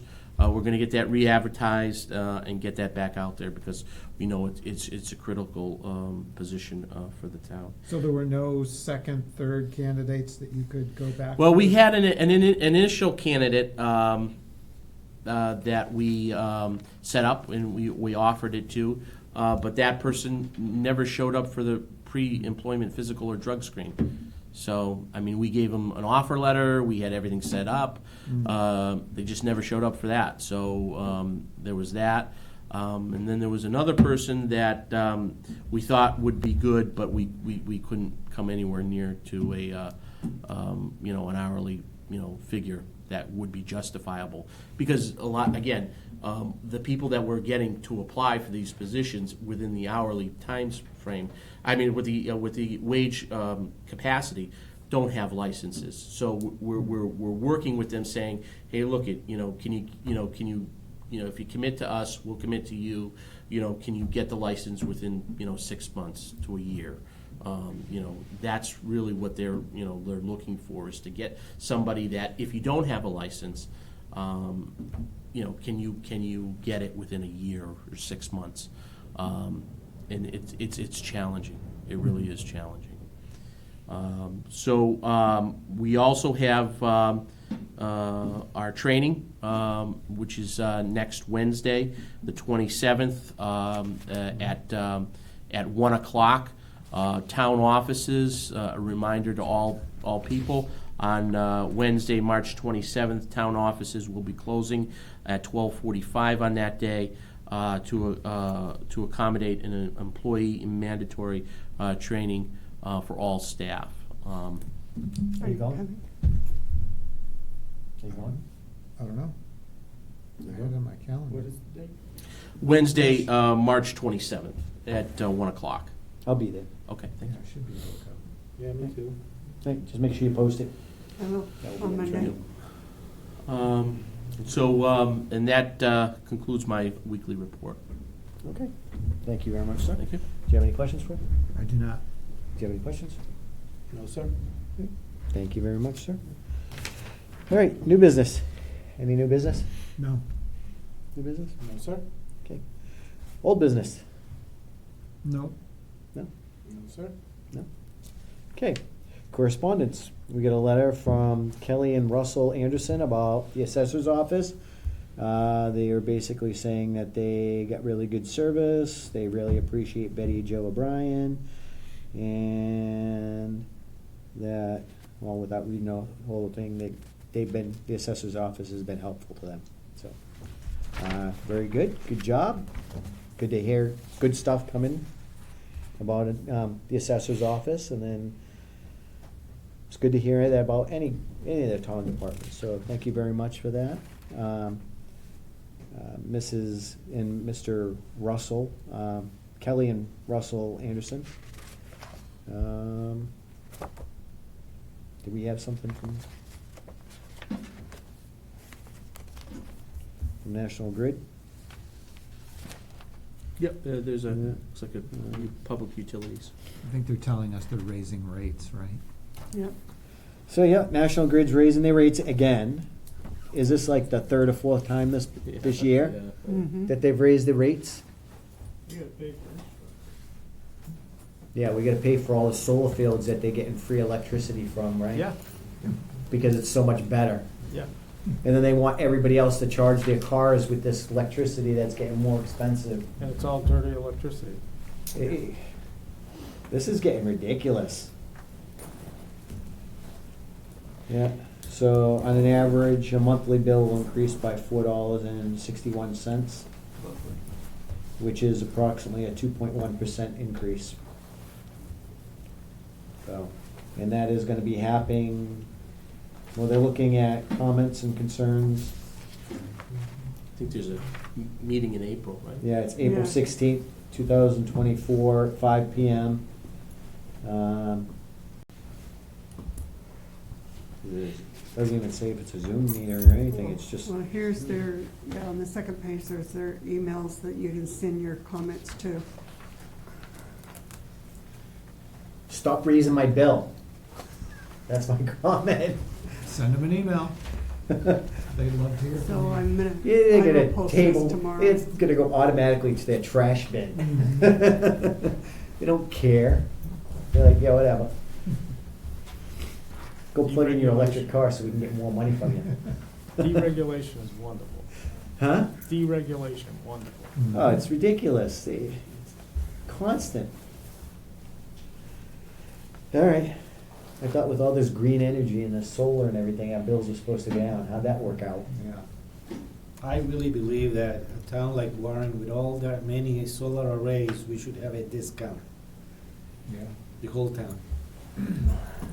You know, I'm probably wishing too much, but that, I think that would be fair for the town. I say we eminent domain all the solar fields and then put them on our own grid. Yeah. Supply our town ourselves. No, that'd probably go bad, right? Yeah, that ain't gonna work. They probably wouldn't agree to that. All right. So, all right, National Grid's raising the bills again. Great news for that. All right, so comments and comments and concerns. Do you have anything, sir? I do not. Do you, sir? I noticed some yellow writing on Southwest Road. Are they gonna dig it into the new road? Yeah, they were doing gas line marking on Wednesday when I walked by. So I don't know. Jeremy probably knows. Yeah. Unless they were just marking. just The to only mark. way, the only reason that they can dig up a new road within 5 years is the National Grid and the sewer for emergencies. So if they're marking it, it's because they have an issue. Well, Southbridge Road isn't, it's not new. Parts of it is. So, yeah, That's all area new. right there is a little newer. It's near Nelson, Correct. Yeah. between like Nelson and Jones. Well, yeah. Mm. But they only did a section. It's kind of funny. They did a small area, like about the length of maybe a house lot or so. So, I don't know. I mean, yeah, it could be that they're building a house or, I hate to see No, new they can't build pavement any go houses away. there. you know. So, Full. so, besides that, do you have anything else? No, sir? The railroad ties, those really need to go. Yeah, any, I have what do you call it, a Zoom meeting with, what's his name? That guy. Our representative, Todd? Todd? Next week. Okay. Yeah, because those things need to go, because I drove by the car wash over there, and you can't even, they're so high that you can't even see the train station when you're driving by them, you know, because they're so stacked Well, over the pile down And then the here pile down the road, people have been is- stealing yeah, them it's- all. Yeah, it's being Stolen. spread out. Yeah, so. I'll Again, send him another email Mm. and call Maurice again. Yeah. get those things out of there. Yeah, Because again, we're getting into summer, and the last thing if those things catch on fire, Oh, you don't want to be there. that is not gonna be an easy fire to put out. That's, you know, with all the creosote and stuff inside those things, those Well, things are gonna burn. they're also impregnated with diesel fuel, Yeah, Oh, even better. because they are, that's what they coat them with now. They had to stop the creosote because it was so toxic, and now they dip them in diesel fuel. oh, that's so much better. Oh, yeah. Bring your marshmallows. Yeah, well, the problem is it's Have a big right there s'mores next to party. the tracks too. I mean, if they go up, you might as well bring all the junk tires that you got and just throw them in there. Oh, that's a good idea. Okay. We'll have a hazardous We'll have Jerry waste block day. off the roads. Just another railroad hazardous materials incident. Yeah, no big deal. Just another one, right? Yeah, They if we dealt could with work it on so that well in before. Ohio, right? A couple of years ago. Well, they just, Another one. they keep having them. There was just another one in Ohio, right? Yep. Oh, really? Yeah, Oops. yeah. Not as bad, but Bad. pretty bad. So, so yeah, if we can get those taken care of, that would be good. Yeah, It's he kind of asked an for a eyesore little for bit the of time town. because he had to try some different avenues. He said if he didn't have any luck with those avenues, then he was going up to the federal level. Okay. So, I'm giving him his time, and Yeah. he's gonna, you know, Yeah, like, he's good. we've scheduled a meeting for next week, so. All right. So anybody else have any comments or concerns? Mr. Conrad? Joe Conrad, Board of Health. First, I'd like to thank the Selectmen for allowing us to use their room last night. It was very advantageous. It's here for you. always It's all our room. Yeah. I am running for the Board of Health this year. Okay. And as you had to do today, if one of my relatives comes in, I will recuse myself. Mhm. I have only one daughter living in town, a first cousin, 3 second cousins, and I believe 4 third cousins. Okay. But since I know who they are, if they end up in my office, I will recuse myself And I should remind that anybody running for public office So has keep in mind, to do you that. can't campaign on town property, so you're getting into a danger zone right now. I'm just letting people know what I will not do. All right, I'm not taking sides. all right. Well, thank you very much, Mr. Condrat. And anybody else have any other comments? Yes, sir. Hey, it's 5 minutes to bedtime. Is it possible in the future we can move comments in towards the beginning of the meeting? What do you think? Well, we can look at that, but it's always kind of a tradition where we end up with a few words at the end, I everybody know. gets their say, and we leave. Okay, I got a list, Uh-oh, but it's a short one. all right. I think this young fella is gonna be Just with us. identify who you are Oh, first. Tim Barsham, I'm sorry. What Tim? Thank you, sir. Is that young fella gonna be with us again, right? Who? Him? Yes. What do you mean? What Is do you nobody mean? running? Just you? I don't know. I am running, yeah. Yeah. Oh, there you are. But we can't, again, it's, Oh, can't yeah. talk about campaigning I can't stuff give my on campaign site. speech right now? No. Oh. Yeah, I think it's official. But anyway, that's I'll great. put it So on the agenda. the Three Musketeers will be here again. Great. It's better than Three Stooges. Yeah. We've been called worse. So last time I was here, I was doomsday. Everybody's getting out of Dodge theory. And I left out one important part because I was afraid I was going to get tarred and feathered outside for dragging the meeting out. So 2022, my third part of my equation was, I think you've heard on the news, the birth rates are down everywhere. Okay. So we had 18 in 2022. In the town of Warren? Yes. And we had double that of people passing. Yeah. And I went back a couple of years, it's about the same numbers. Okay, so I just wanted to throw that in. The other thing I'd like to throw in is the comment that you made about us being a drive-through town. Yeah. So can I have, you're good with numbers, real quick, can you add up $6, $5,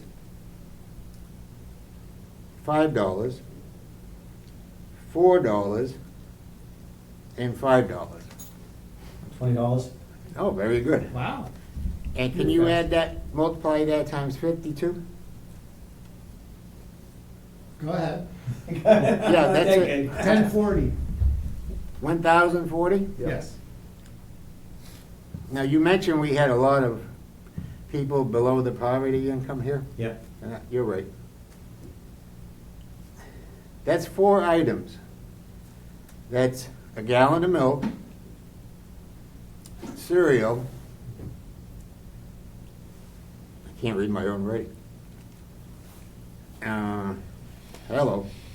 Bread, maybe? Bread, thank you. And peanut butter.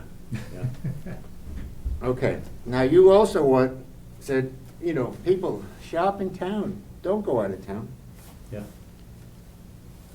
That's also about 10% of the total income of a lot of retirees, because they get about $1,000 a month. So they have to spend $1,040 on 4 items.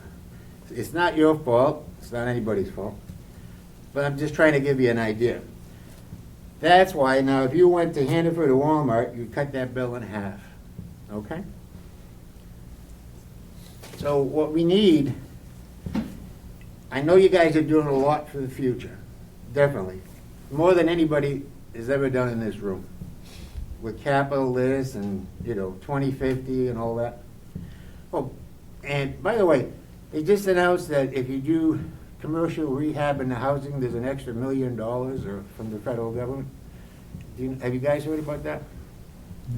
Commercial rehab on a house? If you take commercial space and do housing Oh, I see. Oh, you convert, yeah, you Yeah, you- converting it to There's gonna be $1 housing. million Yeah. available. Well, that's one of the things that they looked at the mill complex too. Okay, is so- doing, So that's, you okay, know. I wasn't sure, okay. So Yeah, they I were looking figured- at doing apartments, they were looking at doing, veterans housing, things like that. Okay, so just to summarize, that gives you an idea of the money, right? I mean, that's really crazy money for 4 items that, you know, you couldn't, and you think can't it's- live on that either, No, obviously. I think it's no surprise to anybody that the economy is bad right now. Right, and it's not And gonna it's get. not getting any better. Not, right. And it's Right. getting harder and harder for people to survive. So when we talk about National Grid going up on their rates again, Everything, right. that impacts people. That's why we spend so much time in our meetings discussing how we can cut down expenses, how we can streamline resources, make them better, get a better product, but do it for cheaper money. And sometimes it's not just cheaper, it's the streamlining of the service that saves money overall with productivity. Because if it takes somebody 2 hours to do something, and I can cut that down to an hour, now just save a lot more time, you know, for paying somebody to do something. So we're trying to look at any way we can to make the town better and make living here in Warren much better for everybody, because Right. that's the way we're gonna keep people in here. And That's what I wanted to just kind of point out to you is, I know you guys are planning for a lot of future stuff, which is awesome, but we also have to look at the people that are here. Yep. And understand that a lot of these people, you know, are having an extreme hard time. Yep. Okay? And I just wanted to point that out. That's- When I saw that figure, when I added, I couldn't believe you're gonna spend $1,000 for, you know, for 4 items. That's crazy, you know? It doesn't So- leave them any money for anything else, really. No, things are very expensive, believe me. You know, when the economy started really tanking, and we used to go to Walmart and fill up our grocery cart and walk out of there, and it'd be like $160, $180. And then a year later, now it's $250, $300 for less in the cart now. Yep. That hurts. That really hurts. And you're looking at it like, where is everything? You know? And when you get home to put stuff away, you say, this is all I brought? I mean, it's crazy. Yeah. Oh, one other thing, the young lady that did the presentation, she mentioned the library. Hey, why don't you guys go to the library and use their computers? We'll save a lot of money. It's a private library, they may not let us. We got 2, there's nobody ever there anyway. No issues. And we got 2 of them, come on. You can do it. Well, we're doing our best with what we got. I know. I'm just throwing it, being an No, idiot. And to speak about making things better in town, that's why we've been investing a lot of money and trying to help Parks Department in upgrading the parks. We get a lot of plans for upgrading the park in the center of town, Cutter Park. There's a lot of stuff that's going on. Parks Department's doing an amazing job with that and getting very proactive. And, you know, we're doing what we can to make this town better for everybody. And making it more inviting for people is something that, you know, families really look at. You know, and we can do what we can, you know. We hit a point where it gets too expensive and we can't do it, so. Yeah, there's limits to everything. Now I'm just kind of rambling, because I'm tired of Running the down a same. rabbit hole. You can adjourn. So, anybody else have any comments or concerns? No? Anybody on Zoom? No? Nope. Okay. So next meeting is Thursday, March 28th, 2024 at 6 PM. We'll be posting another meeting for training, which is going to be on March 27th, and that is at 1 PM and that is the customer service and dealing with difficult people training that we'll be doing, and I'll be there, you'll be there, you'll be there. Mr. Ferrara's gonna be there. Oh, yeah. Mrs. Dusty will be there, so we'll all be there. Apologies. Jeez. No one got hurt. Ray's like, I'm done. Heart attack.